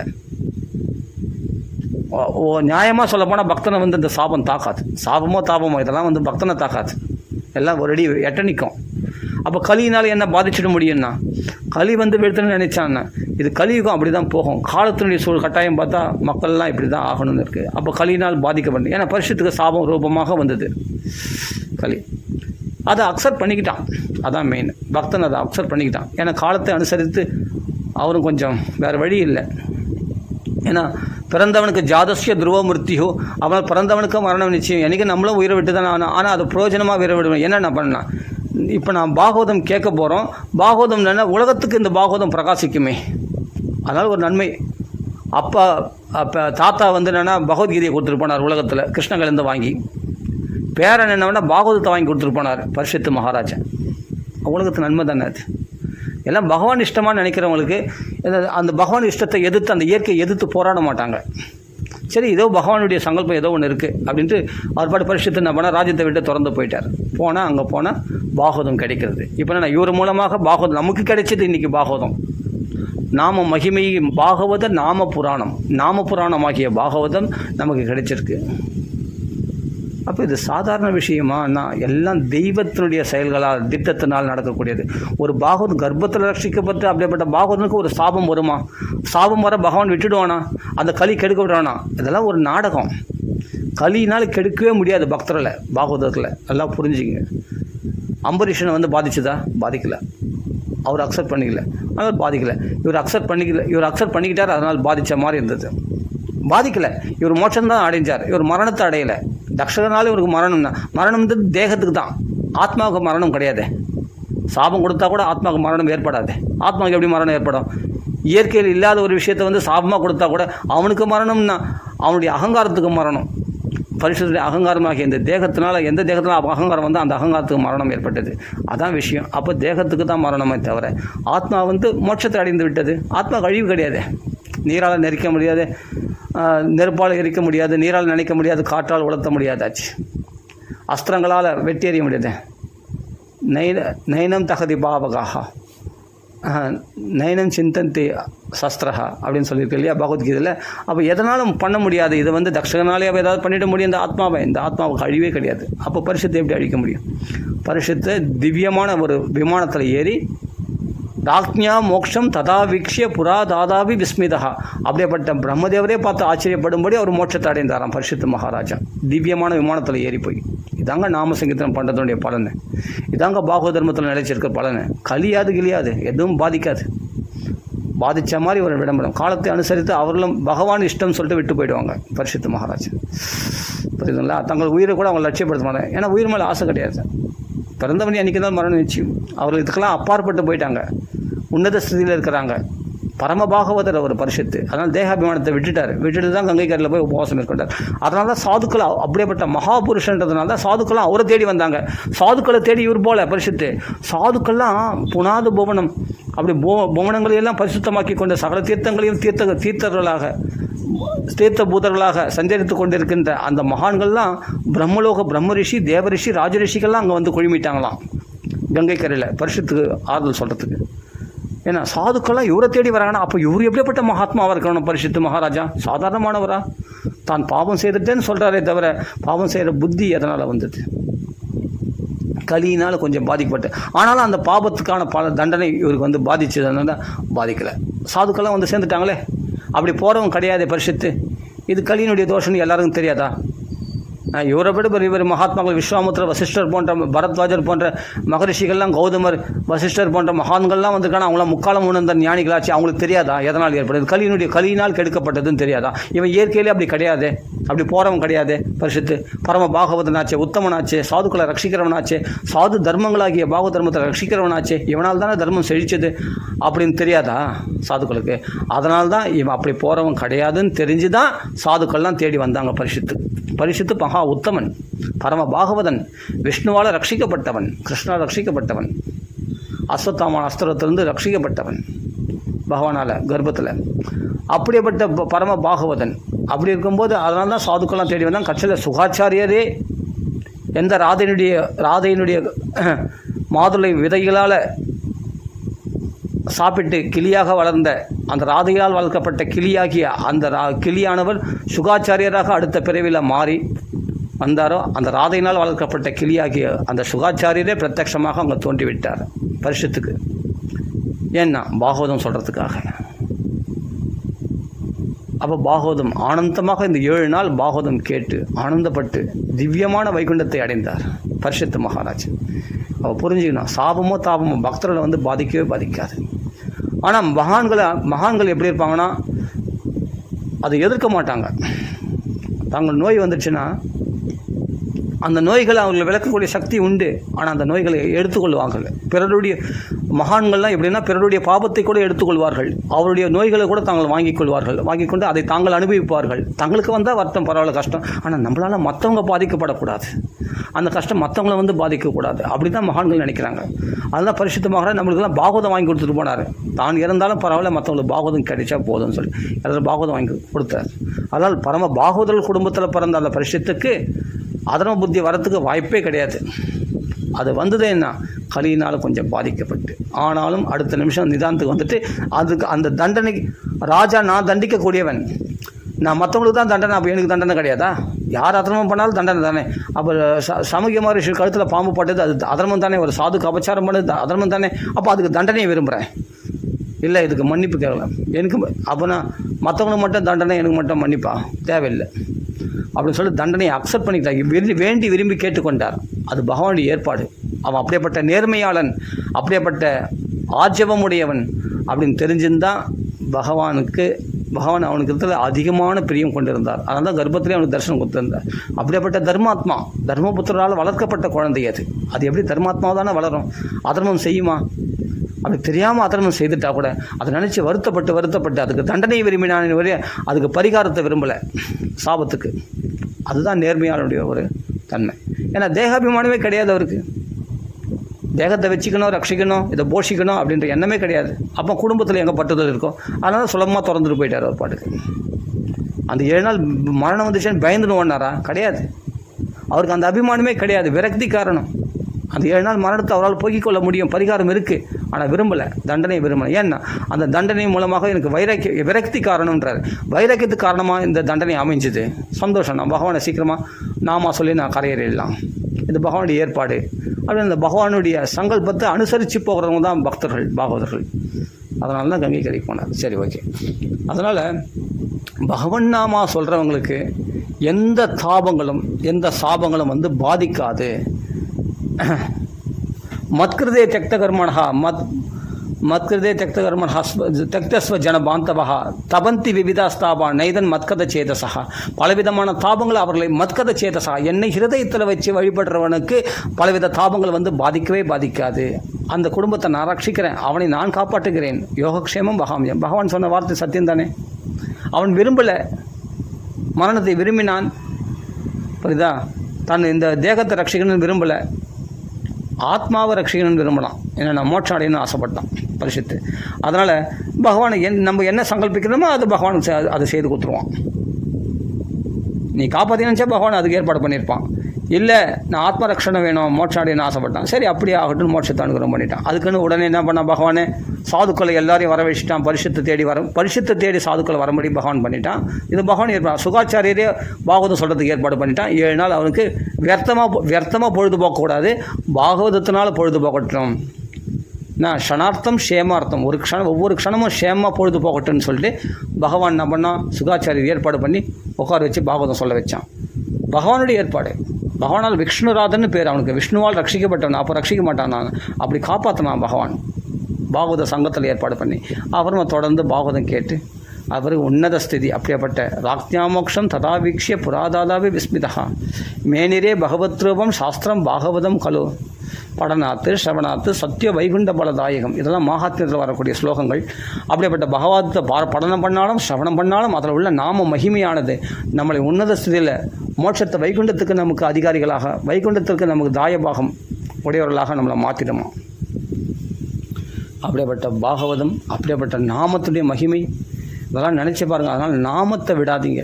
எதை விட்டாலும் சரி, பாகவத்தை விடக்கூடாது, ராமாயணத்தை விட, அதுவே விடும்படியாக இருந்தாலும். ஆனால் நாமத்தை பிடிச்சிக்கணும். நாமத்தை விடுற மாதிரி இருந்தால் அதை கூட விட்டுடலாம். நாமத்தை மட்டும் விடக்கூடாது, நாமத்தை கெட்டியாக பிடிச்சிக்கணும்.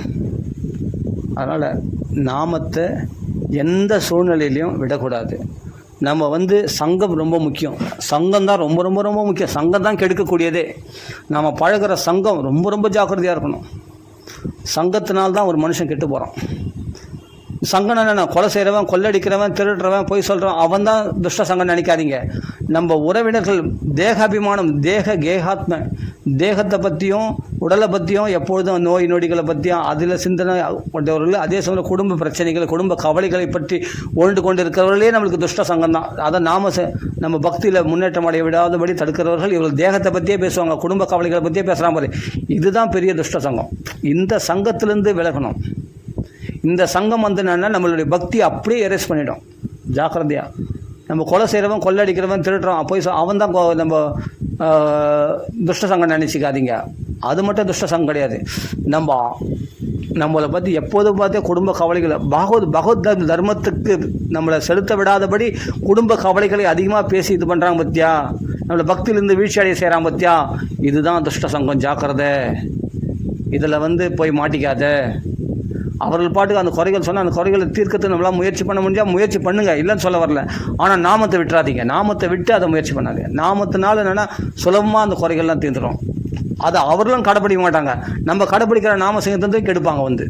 குடும்ப கவலைகளை பற்றி பேசி அவர்களும் நம்ம பரிகாரம் சொன்னால் நாம சிங்கத்தனம் பண்ணு சரியாக போய்டுன்னு அந்த சொன்னால் அதை எடுத்துக்க மாட்டாங்க. ஏன்னா அதில் நம்பிக்கை இல்லை, ஏன்னா அதில் அனுபவம் இல்லை.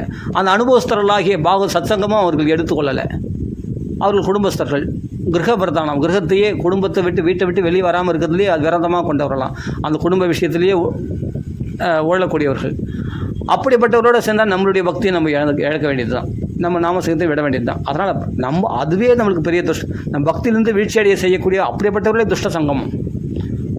யாருன்னா பிதா நசஸ்யாத், மாதா நசஸ்யாத், குரு நசஸ்யாத்னு ரிஷபதே சொல்ல, சமவேத மிருத்தியம். நம்ம மரணத்திலிருந்து வெளியே வர்றதுக்கு நம்ம நாமசிங்கத்தனம் பண்ணுறோம், மோட்சம் அடையணும்னு ஆசைப்படுறோம், நம்ம நல்ல உன்னத செய்தி அதுக்கு கெடுக்கிறாங்கன்னு சொன்னால் அவங்க அப்பா இல்லை, அம்மா இல்லை, அப்படிப்பட்ட குரு இல்லை, பந்துக்கள் கிடையாது. நல்லா புரிஞ்சுக்க. அப்படிப்பட்டவர்கள் நம்மளுக்கு மரணத்திலிருந்து விடுவிக்காது. அப்படிப்பட்ட உறவினர்களாம் நினைக்காத. அது சரியான சங்கம் கிடையாது. அதுவே நம்மளுக்கு துஷ்ட சங்கம் அப்படின்னு நான் சொல்ல ரிஷபதேவர் சொல்கிறார். அதனால் அப்படிப்பட்ட அப்பா அம்மாவே ஆனாலும், அப்படி உறவினர்கள் மனைவியாக இருந்தாலும், குழந்தைகளாம் அப்படிப்பட்ட சங்கத்தை விட்டு விலகி வாங்க. அப்படிப்பட்டவர்கள் சொல்கிற பேச்சு கேட்காதீங்க, அதை எடுத்துக்காதீங்க. நாம சிங்கத்தனம் பண்ணுங்க. நம்ம சொல்கிற பேச்சு அவங்க கேட்டால் கேட்கட்டும். ஒழுங்காக நாமசிங்கத்தனம் பண்ணு, பிரச்சனைகள் சரியாயிடும், பகவானை நம்பு அப்படின்னு சொன்னால் கேட்கட்டும். இல்லை பணத்தினால, ஆள்கட்டு பலத்தினால நான் சமாளிச்சுப்பேன், புரியுதா, நான் அதில் தான் அங்கே சரியாகும் அப்படி நம்புகிறவங்க நாமத்தை நம்பாமல் மற்ற சாதனைகளை, மற்ற விஷயங்களை, ஆள்கட்டு பலத்தினாலேயோ, ஆள்கட்டு பலத்தை நம்புகிறவங்களோ, இல்லை பணபலத்தை நம்புகிறவங்களோ, இல்லை சொத்து பலத்தை நம்புகிறவங்களோ, இல்லை கோர்ட்டுக்கு வக்கீல் நம்புகிறவங்களோ, வக்கீல் வாதாடுற நம்புகிறவங்களோ, இல்லை டாக்டர் நம்புகிறவங்களோ, அது மாதிரி நோய்களை டாக்டர் அப்படிப்பட்ட நம்புகிறவங்கள நம்ம எதுவும் சொல்லி புரிய வைக்க முடியாது. அதை தான் நம்புகிறாங்க. நாமத்தை நம்பாதவங்க இதெல்லாம் நம்புகிறாங்க சொன்னால் அப்படிப்பட்டவர்கள் நம்ம சொல்ல வேண்டிய அவசியமே இல்லை. அப்போ அதை தான் நம்புகிறாங்கன்னா அதையே நம்பின்னு போட்டாங்க, விட்டுருங்க, அவ்வளோதான். ஒன்று நாம சிங்கத்தனம் பிடிச்சின்னு இந்த வழியில் வந்தால் இந்த ஆள்கட்டு பலம் தேவையில்லை, பண பலம் தேவையில்லை, வைத்திருக்கு போய் லட்சமாக செலவு பண்ண வேண்டிய அவசியம் இல்லை. எல்லாமே சரியாக போய்டும். நாமத்தினால நம்மளுக்கு தேக ஆரோக்கியமும் மனோ ஆரோக்கியமும் எல்லாமே கிடைச்சிடும். அப்படி நம்புறது இருந்தால் வரட்டும், சொல்லி பார்க்கணும். நம்ம சொல்லுங்கள், அவங்க கேட்டால் கேட்கட்டும், இல்லைன்னா அவங்களுக்காக நம்ம பகவானத்தில் பிரார்த்தனை பண்ணி நம்ம நாமசிங்கத்தனம் பண்ணுவோம். நாம் விடாமல் நாமசிங்கத்தனம் பண்ணோம், நம்ம விட்டுறக்கூடாது, ஜாக்கிரதையாக இருக்கணும். அவ்வளோதான். இப்படி நம்ம செய்தோம்னா நிச்சயமாக நம்ம முன்னேற்றம் அடைவோம். நம்மளை சுற்றி சொல்லப்போனால் நாமசிங்கத்தனம் பண்ணும்போது நம்ம கூப்பிட்றவங்க வர மாட்டாங்க, கூப்பிடாதவங்களாம் வருவாங்க நம்ம கூட நாமசிங்கத்தனம் பண்ணுறதுக்கு. ஆச்சரியமாக இருக்கும். இது மாதிரி அதிசயங்கள்லாம் நிறைய நடந்திருக்கு. அதனால் கர்ம வினைகளால் பாதிக்கப்படும். கர்ம வினைலாம் வேலையே செய்யாதுங்க. ஆகாமி கர்மமோ, சஞ்சித கர்மமோ, பிராரப்த கர்மமோ எதுவுமே வேலை செய்யாது. இதெல்லாம் பல்லு பிடுங்கின பாம்பு மாதிரி நக்கின்னு தான் இருக்கணும். இந்த பல்லு பிடுங்கின பாம்பு நம்பி நக்கின்னு இருக்குது பற்றி அதெல்லாம் கடிக்க முடியாது. அது விஷத்தை பாய்ச்ச முடியாது நமக்குள்ளே. அதே மாதிரி இவைகள்லாம் பாதிப்புகள் நம்மளுக்குள்ளே உண்டாக்க முடியாது. எது சஞ்சித கர்மா, பிராரப்த கர்மா, ஆகாமி கர்மான்னு சொல்கிறோமே, இந்த கர்மாக்கள் 3 விதம் கர்மா, இதெல்லாம் நம்மளை பாதிக்காது. அதெல்லாம் பல்லு பிடுங்கின பாம்பு மாதிரி நக்கிந்தான். அதனால் விஷத்தை, அதனுடைய பாதிப்புகள், அதனுடைய ஆபத்துக்கள் நமக்குள்ளே உண்டாக்க முடியாது அவைகளால். அதெல்லாம் வீரியமற்று போயிடும். அந்த கர்ம வினைகள்லாம் வீரியமற்று போயிடும். சர்வ பாப பிரணாசனம், எல்லா பாபங்களும் எரிஞ்சு சாம்பலாயிடும். துக்க சமணம், துக்கமெல்லாம் எரிஞ்சு சமணம் ஆகிடும். எதனால்? நாம சங்கீர்த்தனம் எஸ்ய சர்வ பாப பிரணாசனம். அதனால் நாம சங்கீர்த்தனம் விடாதீங்க. நிறைய நாம சங்கீர்த்தனம் பண்ணணும், விடாமல் 24 நேரம் நாம சங்கீர்த்தனம் பண்ணணும். அகண்ட நாம நிறைய வைங்க, நிறைய நாம சொல்லுங்கள். பாருங்கள், இன்னொருத்தரை டிபெண்ட் பண்ணியிருக்காதீங்க. மெயினான விஷயம், இவங்க கூப்பிட்டாங்க, அவங்க வரல, நம்மளை மதிக்கலை, நம்மளை அவமதிச்சிட்டாங்க, நம்ம கூப்பிட்டா கூட மரியாதை கொடுக்க மாட்டாங்க, வர மாட்டாங்க. அதெல்லாம் தயவுசெய்து டிபெண்ட் பண்ணியிருந்தால் உங்கள் நாமத்துக்கு பாதிப்பு வரும், உங்கள் நாம சங்கீதத்துக்கு ஹானி வரும். பிறரை கூப்பிட வேண்டியது நம்ம கடமை, கூப்பிடுவோம். ஏன்னா 4 பேரோடு சேர்ந்து நாம சொன்னால் நம்மளுக்கு சந்தோஷமாக இருக்கும், உண்மை தான். ஏன்னா நம்ம தனியாக நாம சொல்கிறதுக்காக நான் 2 பேர் கூட சேர்ந்து நாம சொன்னால் ஒரு உற்சாகமாக தான் இருக்கும், இல்லைன்னு சொல்ல வரல. கண்டிப்பாக 4 பேர் சேர்ந்து நாம சொன்னால் அவங்களுக்கும் பிரயோஜனம், நம்மளுக்கும் பிரயோஜனம். நம்ம என்னவோ மற்றவங்களுக்கு தியாகம் பண்ணுற மாதிரி அவங்களெலாம் கூப்பிட்டு வந்தால் உங்கள் பிரயோஜனத்துக்காக தான் நான் கூப்பிட்டேன் அப்படின்லாம் சொல்லவே. நம்மளுக்கு 4 பேரோட சொன்னால் சந்தோஷம், அதெல்லாம் நம்ம கூப்பிட்றோம். அதில் ஒரு சுயநலம் இருக்குது. இருந்தாலும் நாம் அதனால் மற்றவங்களுக்கு நன்மையும் உண்டாகுது. இருந்தாலும் யாரையும் டிபெண்ட் பண்ணி நாங்கள் பெரிய தியாகம் பண்ணுறதா மற்றவங்க டிபெண்ட் பண்ணி பலவந்தப்படுத்தவும் வேணாம், நிர்பந்தப்படுத்தவும் வேணாம். நிர்பந்தப்படுத்தினா நல்லது தான். ஆனால் அப்படி அவங்க வரலை, பிடிக்காத விஷயங்களை வரலன்னு சொன்னால் 50 தடவை கூப்பிட்டோம் வரல, 5 தடவை 10 தடவை கூப்பிட்டோம் வரல, தயவுசெய்து விட்டுருங்க. இதனால் உங்கள் நாம சங்கீதத்துக்கு ஹானி உண்டாகாதபடி, உங்கள் நாம சங்கீதத்துக்கு கெடுக்கிற மாதிரி நீங்கள் மற்றவங்களை கூப்பிடாதீங்க, அவ்வளோதான் சொல்ல முடியும். உங்கள் பாக தர்மத்துக்கு தடை உண்டாகும்படி மற்றவங்களை டிபெண்ட் பண்ணியிருக்காதீங்க, மற்றவங்களை எதிர்பார்த்துருக்காதீங்க. யார் வராங்கோ வரலையோ அதை பற்றி தெரியாது. நான் நாமா சொல்லினே இருப்பேன். என் நாக்கு ராமநாமான்னு ரீங்காரம் விட்டுட்டே இருக்கும், அவ்வளோதான். அவங்க வராங்களா, இவங்க வராங்களா, அவங்க வந்தால் நல்லாயிருக்கும், அவங்க நல்ல பக்தர்கள், சிறந்த பக்தர்கள், நல்ல பக்தி பண்ணுறவங்க, அவங்க வந்தால் ரொம்ப சந்தோஷமாக நாம சங்கீதம்னா குதூகலம், நல்ல களைகட்டும், அதெல்லாம் எதிர்பார்க்காதீங்க. நீங்கள் சாதாரணமாக நாம சங்கீதம் பண்ணுங்கள். யார் வந்தாலும் வரலாம், நீங்கள் பாட்டுக்கு நாம சங்கீதம், உங்கள் கடமையை விடாதீங்க. கர்மந்தியவாதிகாரஸ்தே மாபலேஷு, பலன்களை எதிர்பார்க்காதீங்க, அவங்க வரவங்க. ஆனால் ஆட்டோமேட்டிக்காக உங்களுக்குள்ளே இருக்கிற தபசக்தினால், உங்களுக்குள்ளே இருக்கிற ஆகர்ஷண சக்தினால் ஆட்டோமேட்டிக்காக நாளைக்கு நிறைய ஜனங்கள் கூடும். நீங்கள் ஒருத்தர் தான் சொல்லுவீங்க யாருமே, அப்போ 2 பேர் ஆகும், 2 4 ஆகும், 4 8 ஆகும், அப்போ 10 பேர் ஆகும், 10 20 ஆகும், 20 40 ஆகும், அப்படியே வந்துடும். அப்போ ஒரு நாள் பார்த்தா உங்களால் சமாளிக்க முடியாது கூட்டத்தை.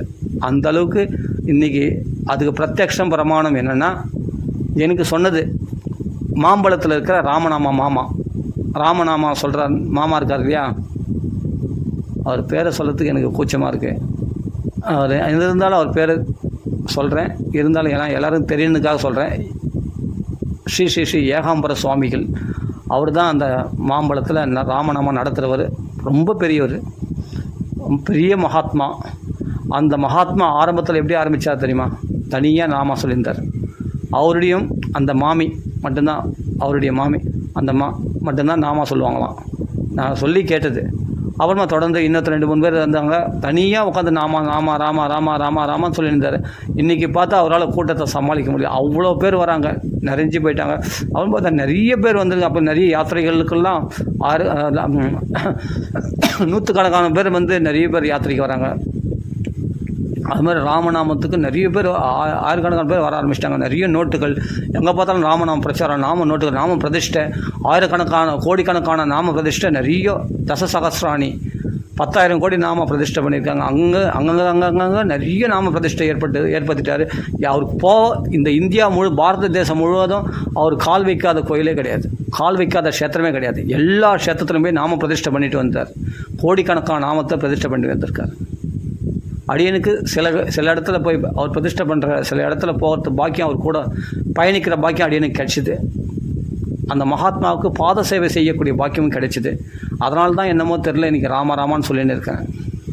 அந்த மகாத்மாவுடைய அனுகிரகத்தினால, அதே சமயத்தில் பகவானுடைய அனுகிரகத்தினால, அதனால் இன்றைக்கி ராமான்னு சொல்லின்னு இருக்கிறேன். வாரங்கள் போயிட்டு வரும்போது பஸ்ஸில் அவருடைய பாத சேவை செய்கிற பாக்கியம், அவர் என் மடியில் அவர் பாதத்தை வச்சு நான் பாத சேவை செய்கிற பாக்கியம் எனக்கு கிடைச்சிருக்கு. கொஞ்சம் நேரம் அந்த அனுமதி கொடுத்தார். அந்த கொஞ்சம் நேரம் அந்த பாத சேவை செய்கிற பாக்கியம் கிடைச்சதுனால என்னமோ தெரியல, இன்றைக்கி ராமான்னு கர்ஜிக்கிறேன். இல்லைன்னா ராமநாமத்தை விட்டு எனக்கு அந்நிநாமத்தில் மனசு பிரவேசிக்கலை. அந்தளவுக்கு உறுதியாக இருந்த காரணம், அவர் எப்படி திடமாக அந்த ராமநாமத்தை பிடிச்சிருக்காரு அந்த மகாத்மா, அதே மாதிரி அந்த நாமத்தை அடியனும் பிடிச்சுக்கும்படி அவருடைய அனுகிரகத்தினால் கிடைச்சிது. அந்த பாத சேவை செய்தனால் கிடைச்சிதுன்னு நினைக்கிறேன். அதான் வினா மகத்பாத ரஜோபிஷேகம், வினா மகத்பாத ரஜோபிஷேகம். அந்த மகாத்மாவுடைய பாத சேவையினால் தான் எனக்கு இந்த ராமான்னு கர்ஜிக்க முடிகிறது, ராமநாமத்தில் உறுதியாக இருக்க முடியுதுன்னா அது அந்த மகாத்மா போட்ட பிச்சை. அதுக்கு முன்னாடியே நான் ராமநாமா சொல்லியிருக்கேன். ஆனால் திருடமாக ஹரே கிருஷ்ணாவும் சொல்லியிருக்கேன், ராமநாமா சொல்லியிருக்கேன். அப்படி திருடமாக நான் பிடிச்சது கிடையாது. ராமநாமா சொல்லியிருக்கேன், அதுக்கு முன்னாடி இருந்தே நிறைய ராமநாமா சொல்லியிருக்கேன். அதனால் இல்லைன்னு சொல்ல வரல. ஆனாலும் இவரிடத்துல அந்த உறுதியை பார்த்தேன். ராமநாமத்தை தவிர வேறு நாமத்தை, அந்த ராமநாமத்திலே எல்லா நாமமும் அடங்கிறது. ஆனால் மற்ற நாமத்தை வந்து புகழ்ந்து பேசுவார், எல்லா நாமம் வசதி தான் சொல்லுவார். அதனால் அந்த மற்ற நாமத்தை குறைச்சி மற்ற நாமத்தை வந்து இப்போ சொல்கிறவங்கள என்கரேஜ் பண்ணுவார். ஆனால் இவர் எப்படி இருப்பார்னா, இவர் ஒரே உறுதியாக ராமநாமத்தை தவிர வேறு எந்த நாமத்தை ஜெயிப்பார். ஏன்னா ராமநாமத்துக்குள்ளே எல்லா நாமம் அடங்கிடுதுன்னு சொல்லி ராமநாமத்தையே உறுதியாக பிடித்து கொண்டவர். அப்படிப்பட்ட பெரிய மகாத்மா. நீங்கள் மாம்பழத்தில் அவங்களாம் இருக்கிற காலத்தில் நம்மளாம் பிறந்திருக்குமே பெரும் பாக்கியம். அடியேன் வந்து அவங்க அந்த அப்படிப்பட்ட மகாத்மாக்கள் இருக்கிற காலத்தில் நம்ம பிறந்திருக்குமே. ஸ்ரீ அண்ணா, ஸ்ரீல பிரபுபாதா, இதுபோல் மகாத்மாக்கள்லாம் இருந்த காலத்தில் நம்ம பிறந்திருக்கேன்னு நினைக்கும் போது ரொம்ப பாக்கியம், ரொம்ப சந்தோஷமாக இருக்குது. அந்த மகாத்மாக்கள் இருக்கிற காலத்தில் நம்ம வாழ்ந்திருக்குமே, அவர்களோட பயணிக்கிற, அவர்களோட சத்சங்கம் ஏற்படுற பாக்கியம் அடியனுக்கு கிடைச்சிது. இதை நான் என்னன்னு சொல்கிறது, உண்மையிலே இது பெரும் பாக்கியம்தான், பெரும் புண்ணியம்தான். அதனால் அப்படிப்பட்ட மகாத்மாக்களை நாம் ஸ்மரணம் பண்ணிக்கணும். அவங்களெல்லாம் போய் அடிக்கடி தரிசனம் பண்ணணும், அடிக்கடி சேவிக்கணும். அப்படிப்பட்ட மகாத்மாக்களத்தில் போய் நம்ம நாம சங்கீர்த்தனம் அந்த கூட்டத்தில் கலந்துட்டோம்னா நமக்கும் திவ்ய நாம சங்கீர்த்தனம் தொடர்ந்து வந்துகிட்டே இருக்கணும். அவர் வந்து என்னென்னா, இதை வந்து நம்ம வேறு இடத்துல பார்த்துருக்கலாம். சில பாடல்கள்லாம் குருவந்தனம் பாடல்லாம் பாடி, அப்புறமா நிறைய பாடல்கள்லாம் பாடி அப்பா நாம சங்கீர்த்தனம் பண்ணுவாங்க எல்லாத்தையும். ஆனால் இவர் என்னென்னா, பாடல் பாடினா கூட நாமத்தில் பாடல் பாடு அப்படின்னு இவர் தீபாரதனை காட்டும்போது கூட நான் அதை விந்த கலாதி நமோ நம அப்படின்னு ஒரு ராகத்தில் பாடுவாங்க இல்லையா, தீபாரதனை காட்டி முடிப்பாங்க இல்லையா, அதை கூட ராமநாமத்தில் பாடி தான் முடிப்பார் இவர்.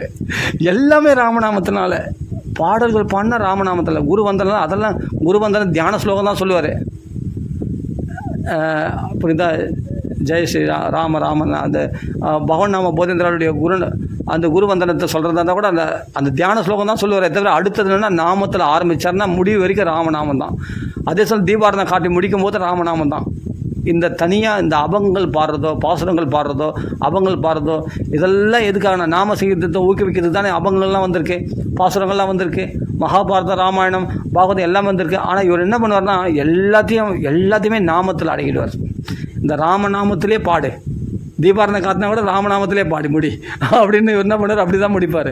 அப்படின்னா ஆரம்பத்திலே ராமநாமம், முடிவிலே ராமநாமம். எப்படி ராமாயணத்தில் ஆரம்பத்திலே ராமர், பாகவதத்துலையாவது பல தெய்வங்கள்னால் பகவானே பல அவதாரங்கள் பற்றி சொல்லியிருக்கு. ஆனால் ஆரம்பத்தில் ராமாயணத்தில் எப்படின்னா, ஆரம்பத்தில் ராமர் தான், கடைசியில் முடிகிற வரைக்கும் ராமரே தான் பரதெய்வம், ஒரே தெய்வம் தான், ஒரே அவதாரம் தான்.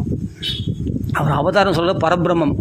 ராமன் அவதாரம் இல்லை, பூர்ண அவதாரம். அவர் அவதாரம்னா இறங்கி வந்தவர், ஆனால் பரபிரம்மம் அப்படியே வைகுண்டத்துலேருந்து அப்படியே இறங்கி வந்தவர். பகவானே தான்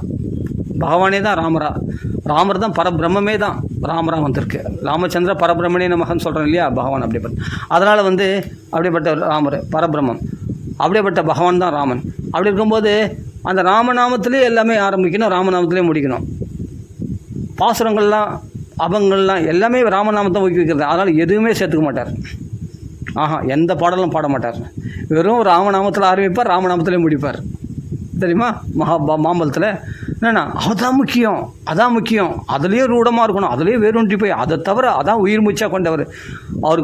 அவர் உயிர் எதிரான ராமநாமம் தான் உயிர். ராமநாமத்தை யாரும் ஒரு வார்த்தை சொல்லக்கூடாது, அப்படி கோபம் வரும் அவருக்கு. அப்படி தான் இருக்கணும். ராமநாமம் தான் அவருக்கு வசதி. ராமநாமம், ராமன் கர்ஜிக்கணும் அவருக்கு. அப்படின்னா அவங்கள ரொம்ப பிடிச்சி ஆலிங்கனம் பண்ணிப்பார். ராமநாமத்தை சொல்கிறவங்கள ஆலிங்கனம் பண்ணிப்பார், ராமநாமத்தை சொல்கிறவங்கள ரொம்ப போஷிப்பார், ரொம்ப கொண்டாடி பேசுவார். அவங்களிடத்தில் நல்லா ஃப்ரெண்ட்ஷிப் பண்ணிப்பார். அவங்க ஜாதி மதம்லாம் பார்க்க முடியாது. பிராமண அதெல்லாம் அவருக்கு பிடிக்காது.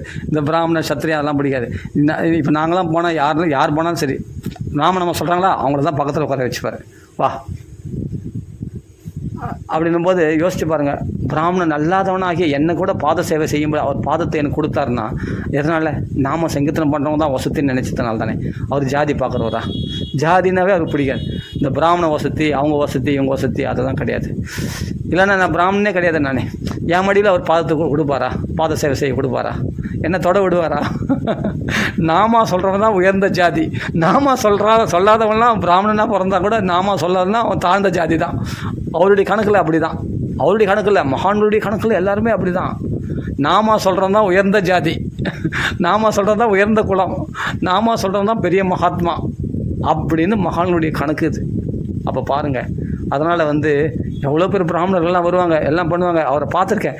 ஆனால் வந்து டக்குன்னு அவங்களாம் வந்து என்னென்னா இந்த தர்மத்தில் கொஞ்சம் ஈடுபடுவாங்க, வேறு தர்மத்தில் போவாங்க. அவங்களெல்லாம் அவ்வளோ திரும்பி கூட அவங்களெல்லாம் ரொம்ப கிட்ட வச்சுக்க மாட்டார்.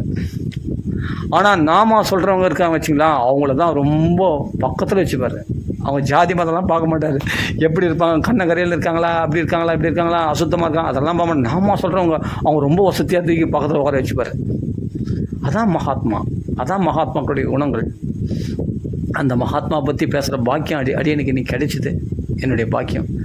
சரி, இது எங்கன்னா யூடியூப்பில் அவர் கேட்டார்னா நம்மளை ஏதாவது திட்ட போகிறாருன்னு சொல்லி தான் நான் என்ன பண்ணேன், நிறைய தடவை அவரை பற்றி நான் சொல்லணும்னு ஆசைப்படுவேன். எதனா ஏன்டா அதெல்லாம் சொல்கிறேன் அப்படின்னு என்ன சொல்லிட்டு போகிறாருன்னு பயந்துன்னு தான் நம்ம அவரை பற்றி ரொம்ப சொல்கிறதில்ல. ஆனால் அவரை பற்றி சொல்லலாம் இன்றைக்கி பூரா சொல்லுவேன். அப்படிப்பட்ட மகாத்மா அவரை பற்றி, அவரோட பயணிக்கிற, அவரோட சல்லாபம் பண்ணுற பாக்கியம் கிடைச்சிது ராமநாமத்தில். உண்மையிலே இதெல்லாம் பெரும் பாக்கியம். நாம பித்து பிடித்தவர் அவர், நாம பைத்தியம் அவர். அந்த ராமநாம நோட்டு, ராமநாம சங்கீர்த்தனம் எல்லாம் ராமநாமத்தில். வேறு பாடல் வேறு மகாபாரதம் ராமன் எல்லாத்தையும் வேணாம், ராமநாமம் மட்டும் போதும். ராமநாமத்தில் இருக்கான், அவ்வளோதான். அந்த ராமனை உபாசனை பண்ணின்னு அந்த ராமநாமே கதி, ராமநாமே பித்து பிடித்தவராக இருக்கிறார். இது மாதிரி மகாத்மாக்களை பார்த்துருக்கானா? இப்போ போய் பாருங்கள், மாம்பலத்தில் இருக்கார், விநாயகன் தெரு. நான் அட்ரஸ் கொடுக்குறேன், அயோத்தியா மண்டபத்துக்கு பக்கத்தில் விநாயகன் தெருவில் ராமநாமா பப்ளிகேஷன்ஸ். நீங்கள் போனீங்கன்னா பகவான் நாம பப்ளிகேஷன்ஸ் போட்டிருக்கோம். நீங்கள் போனால் பார்க்கறதுக்குன்னா 10 வீடோட ஒரு 11 வீடு சாதாரண வீடு மாதிரி தெரியும். ஆனால் பெரிய பெரிய பெரிய பெரிய பெரிய பெரிய புஸ்தகங்கள், பாகவதம், ராமாயணம், பெரிய உலகத்தில் வெளிவராத புஸ்தகங்கள்லாம் வெளியிட்ட இடம் அது. வெளியிட, அதாவது பாகவதம் ராமாயணம் கிடைக்காத காலத்தில் கிடைக்காத காலத்தில் பெரிய பொக்கிஷமாக புஸ்தகங்களை வெளியிட்ட பெரிய மகாத்மா அவர். அப்போ நம்மளுக்கெல்லாம் அந்த பாகவத ராமாயணத்தை கொடுத்தவர் அவர்.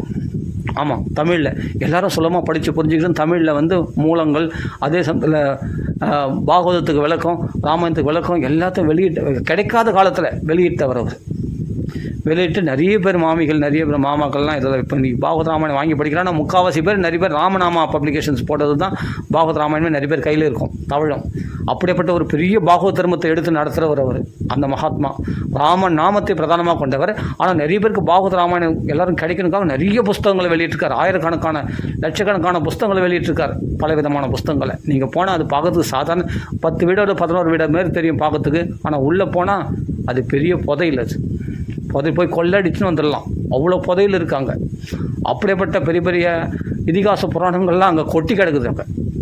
அது மட்டும் இல்லை, பெரிய பாகவத தர்மம் அங்கே இருக்குது. அது வைகுண்டம், அது சாந்தானிகம்ன்ற உலகம். அது ராம நாமத்தை ஜெபிக்கிற இடம் பரம வைகுண்டம். அது நீங்கள் போனால் வைகுண்டத்தில் போயிட்டு வந்த ஃபீலிங் உங்களுக்கு ஏற்படும், கண்டிப்பாக சொல்கிறேன். அப்படிப்பட்ட இடம் அது நாமத்வார். அந்த ராமநாமம் பெட்டகம் அப்படி இருக்குது. அப்படிப்பட்ட ராமநாமம் மகிமையானது, அப்படி பிரகாசிக்கிற இடம் அது. நிறைய பேர் இன்றைக்கி வரைக்கும், அன்றைக்கி ஆரம்பத்தில் வந்தவங்க இன்றைக்கி வரைக்கும் தொடர்ந்து வந்து கொண்டு இருக்கிற எத்தனையோ பேர், எத்தனையோ மாமிகள், எவ்வளோ லேடிஸ் வராங்க, ஜென்ஸ் வராங்க. அப்படி திடமாக ராமநாமத்தை உறுதியாக பிடித்து கொண்டு இருக்கிற ராம பித்தர்கள் அங்கே நிறைய பேர் இருக்காங்க. நீங்கள் போனால் அங்கே ராம பைத்தியம் நிறைய பேர் பார்க்கலாம், ராமபித்தர்களில் நிறைய பேர் பார்க்கலாம்.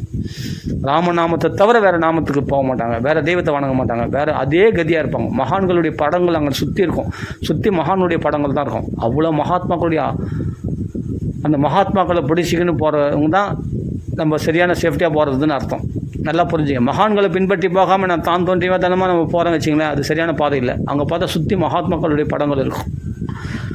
அந்த மகாத்மாக்களில் மெயினாக வந்து சத்குரு சுவாமிகள், ஸ்ரீ பகவன் நாம போதேந்திரால், ஸ்ரீ அண்ணா, இந்த மகாத்மாக்களுடைய படங்கள் அங்கே இருக்கும். அதை மெயினாக அவங்க சிறந்த, ஏன்னா பிரத்யட்சமாக அந்த குருமார்களை வச்சு வழிபடக்கூடிய படங்கள்லாம் அங்கே இருக்கும். அதே நம்ம பார்க்கலாம்.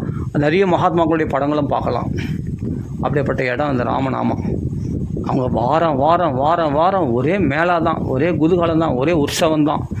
ஞாயிற்றுக்கிழமைனா சாயங்காலம் அப்படியே ராமநாமம் அப்படி கர்ஜிப்பாங்க. எல்லாம் ஆடி பாடி கொண்டாடி, பெண்கள்லாம் அப்படி ஆடி பாடுவாங்க. ஆண்கள் கூட சும்மா லைட்டாக சுற்றி வருவாங்க, பெண்கள் தான் அப்படி ஆடி பாடுவாங்க, நல்லா குதிப்பாங்க ராமநாமத்தை சொல்லி. அங்கே இடத்துல வந்து நீ கலந்துட்டோம்னா, அந்த ஜோதியில் நம்ம ஐக்கியமாயிட்டோம்னா, நம்மளுக்குள்ள ராமநாமம் நல்லா பிரகாசிக்கும், நமக்குள்ளே ராமநாமம் நிறைய சித்திக்கும், தபசி வரும். அந்த ராம பித்து பிடிக்கணும். நீங்கள் ஏழையானா இருங்க, பணக்காரனாக இருங்க, நீங்கள் உங்கள் கடமைகளை செய்யுங்க, செய்ய காட்டி போங்க. நீங்கள் குடும்ப பொறுப்புகளை நீங்கள் எடுத்து நடத்த காட்டி போங்க. ஆனால் ராமநாமத்தில் போய் ஐக்கியமாயிடுங்க.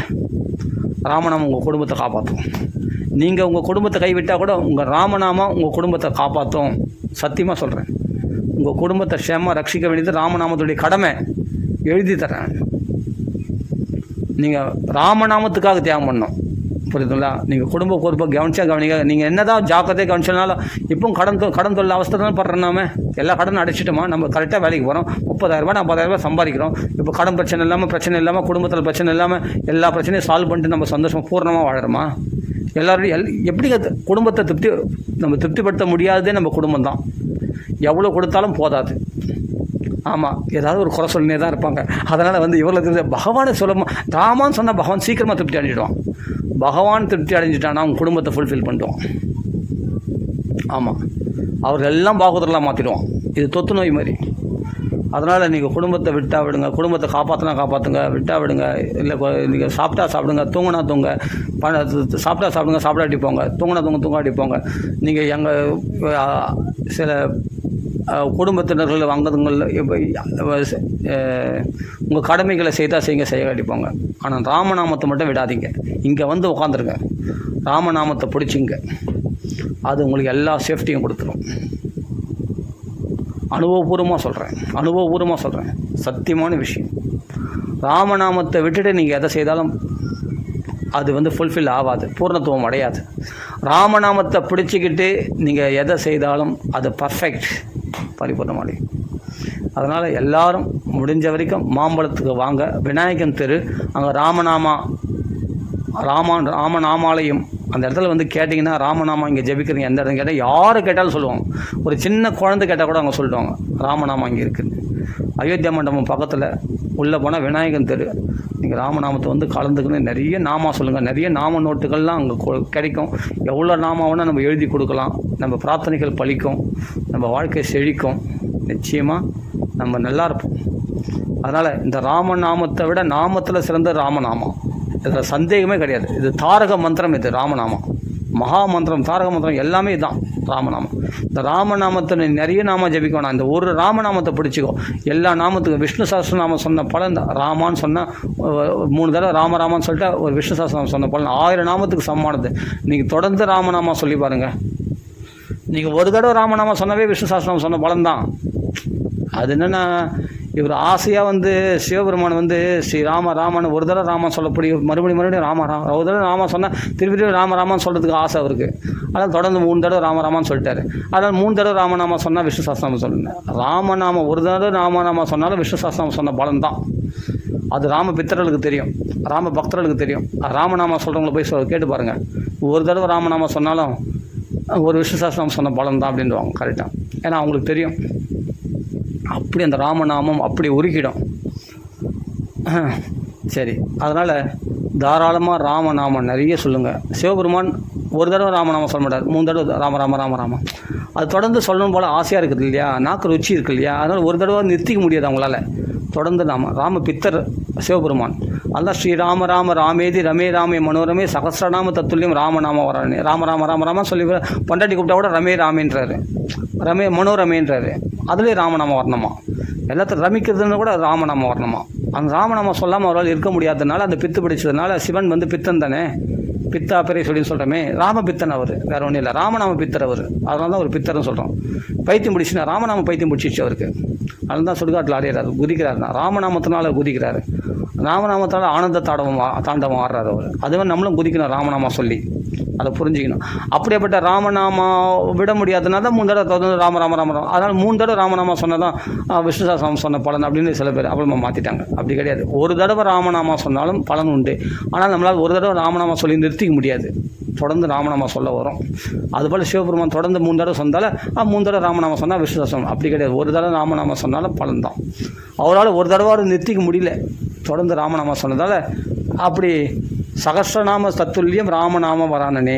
அப்போ சகஸ்ரநாம துல்லியமான ராமநாம வரானனே அப்படின்ட்டு லாஸ்ட்டில் சொல்கிறார். ராமநாம ஒன்று சொன்னால் போதும், சகஸ்ரநாம துல்லியம் ராமநாம வரானனே. ராமநாமம் தான் ராமநாமத்துக்கு சமமானது. சகஸ்ரநாமத்து சொன்னால் ராமநாமம் சொன்னால் அந்த சகஸ்ரநாமம் சொன்ன பலன் கிடச்சிடும் அப்படின்னு லாஸ்ட்டில் சொல்லி முடிக்கிறார். சகஸ்ரநாம தத்துல்யம் ராமநாமத்துக்கு ஒரு ராமநாமம் சொல்கிறதுக்கு சகஸ்ரநாம துல்லியமானது அப்படின்னு சொல்கிறார். சகஸ்ரநாம தத்துல்யம் ராமநாம வரானனேன்னு சொல்லி தான் முடிக்கிறார். வரானனேன்னா அழகான முகமுடையவளே அப்படின்னு பார்வதியை புகழ்கிறார். ஆனனம்னா முகம், வரன்னா உயர்ந்த சிறந்த முகமுடையவளே, அழகான முகம் படைத்தவள் பார்வதி அப்படின்னு சொல்கிறார். தன் மனைவியை கொஞ்சிற மாதிரியே இருக்குது. அதே சமயத்தில் கொஞ்சம் போது ராமநாமம் சொல்லிடுறாரு. ராமநாம வரானனே அப்படின்றார். மனோரமே மனசுக்கு ரம்யமானவளே அப்படின்னு கொஞ்சிறாரு. ஆனால் ராமநாமத்தினால கொஞ்சிறாரு. ராமநாமம் சொல்லாமல் இருக்கும். ஸ்ரீராம ராம ராமேதி அப்படின்னு ராமநாமம் சொல்லின்னு மனோரமேன்னு மனசுக்கு ரம்யமானவளேன்னு அவளை கொஞ்சிறாரு. அதனால் தானே மனைவி கொஞ்சம் போது கூட நாமா சொல்லலாம் அப்படின்னு அர்த்தமாயிடுச்சு இங்கே. அதனால் எப்படியும் பகவான் நாமா சொல்லலாம். நாம சுத்தம் கிடையாது. நாம நம்மளை பரிசுத்தம் பண்ணிட்டோம். ஜாக்கிரதை. அதனால் ஜாக்கிரதையாக தெரிஞ்சுக்கணும். ராம ராம ராம ராம. சரி, அதனால் முடிஞ்ச வரைக்கும் ஞாயிற்றுக்கிழமைனா எல்லாம் ராமநாமத்துக்கு வரலாம். மாம்பழத்தில் நடக்கிறது. வடக்கு மாம்பழம், வெஸ்ட் மாம்பழம், தெற்கு மாம்பழம் கரெக்டு. வெஸ்ட் மாம்பழத்தில் அயோத்தியா மண்டபம் பக்கத்தில் விநாயகன் தெருவில் ராமநாமா ராமநாமா பஜனை நடக்குது. எல்லோரும் வந்து கலந்துக்கலாம். ஞாயிற்றுக்கிழமைனா கண்டிப்பாக நடக்கும், வந்து கலந்துக்கலாம். அடிக்கடி அகண்ட நாமம் அடிக்கடி வைக்கிறாங்க. அதெல்லாம் கூட அந்த உற்சவத்தெல்லாம் கூட நிறைய பேர் வந்து கலந்துக்கலாம். எல்லோரும் வாருங்கள். ராமநாமா நிறைய சொல்லுங்கள். இல்லை அவங்க இருந்த இடத்துல இருந்தபடி ராமநாமம் சொல்லுங்கன்னா நிறைய சொல்லுங்கள் ராமநாமத்தை. நம்மளுக்கு ராமநாமம் பித்து பிடிக்கணும்னா அது மாதிரி இடத்துல வந்தால் தானே நாம பித்து பிடிக்கணும் நம்மளுக்கு. அதனால் நிறைய தடவை நிறைய கண்டிப்பாக கலந்துக்கணும் எல்லோரும். ராம ராம ராம ராம ராம ராம ராம ராம. சரி, பூர்த்தி பண்ணிப்போம். மணி 1 ஆச்சு. ராம ராம ராம ராம. ஆனால் ராமநாமத்துக்கு எதிர்பட்டு ராமநாமத்துக்கு விரோதமாக எது வந்தாலும் அதை தவிர்த்துட்டு நம்ம ராமநாமம் ஜெபிக்கணும். அதை விடக்கூடாது. புரிஞ்சுங்களா? ராம ராம ராம ராம ராம ராம ராம ராம ராம. ராமநாமமே மங்களம். ராம ராம ராம ராம.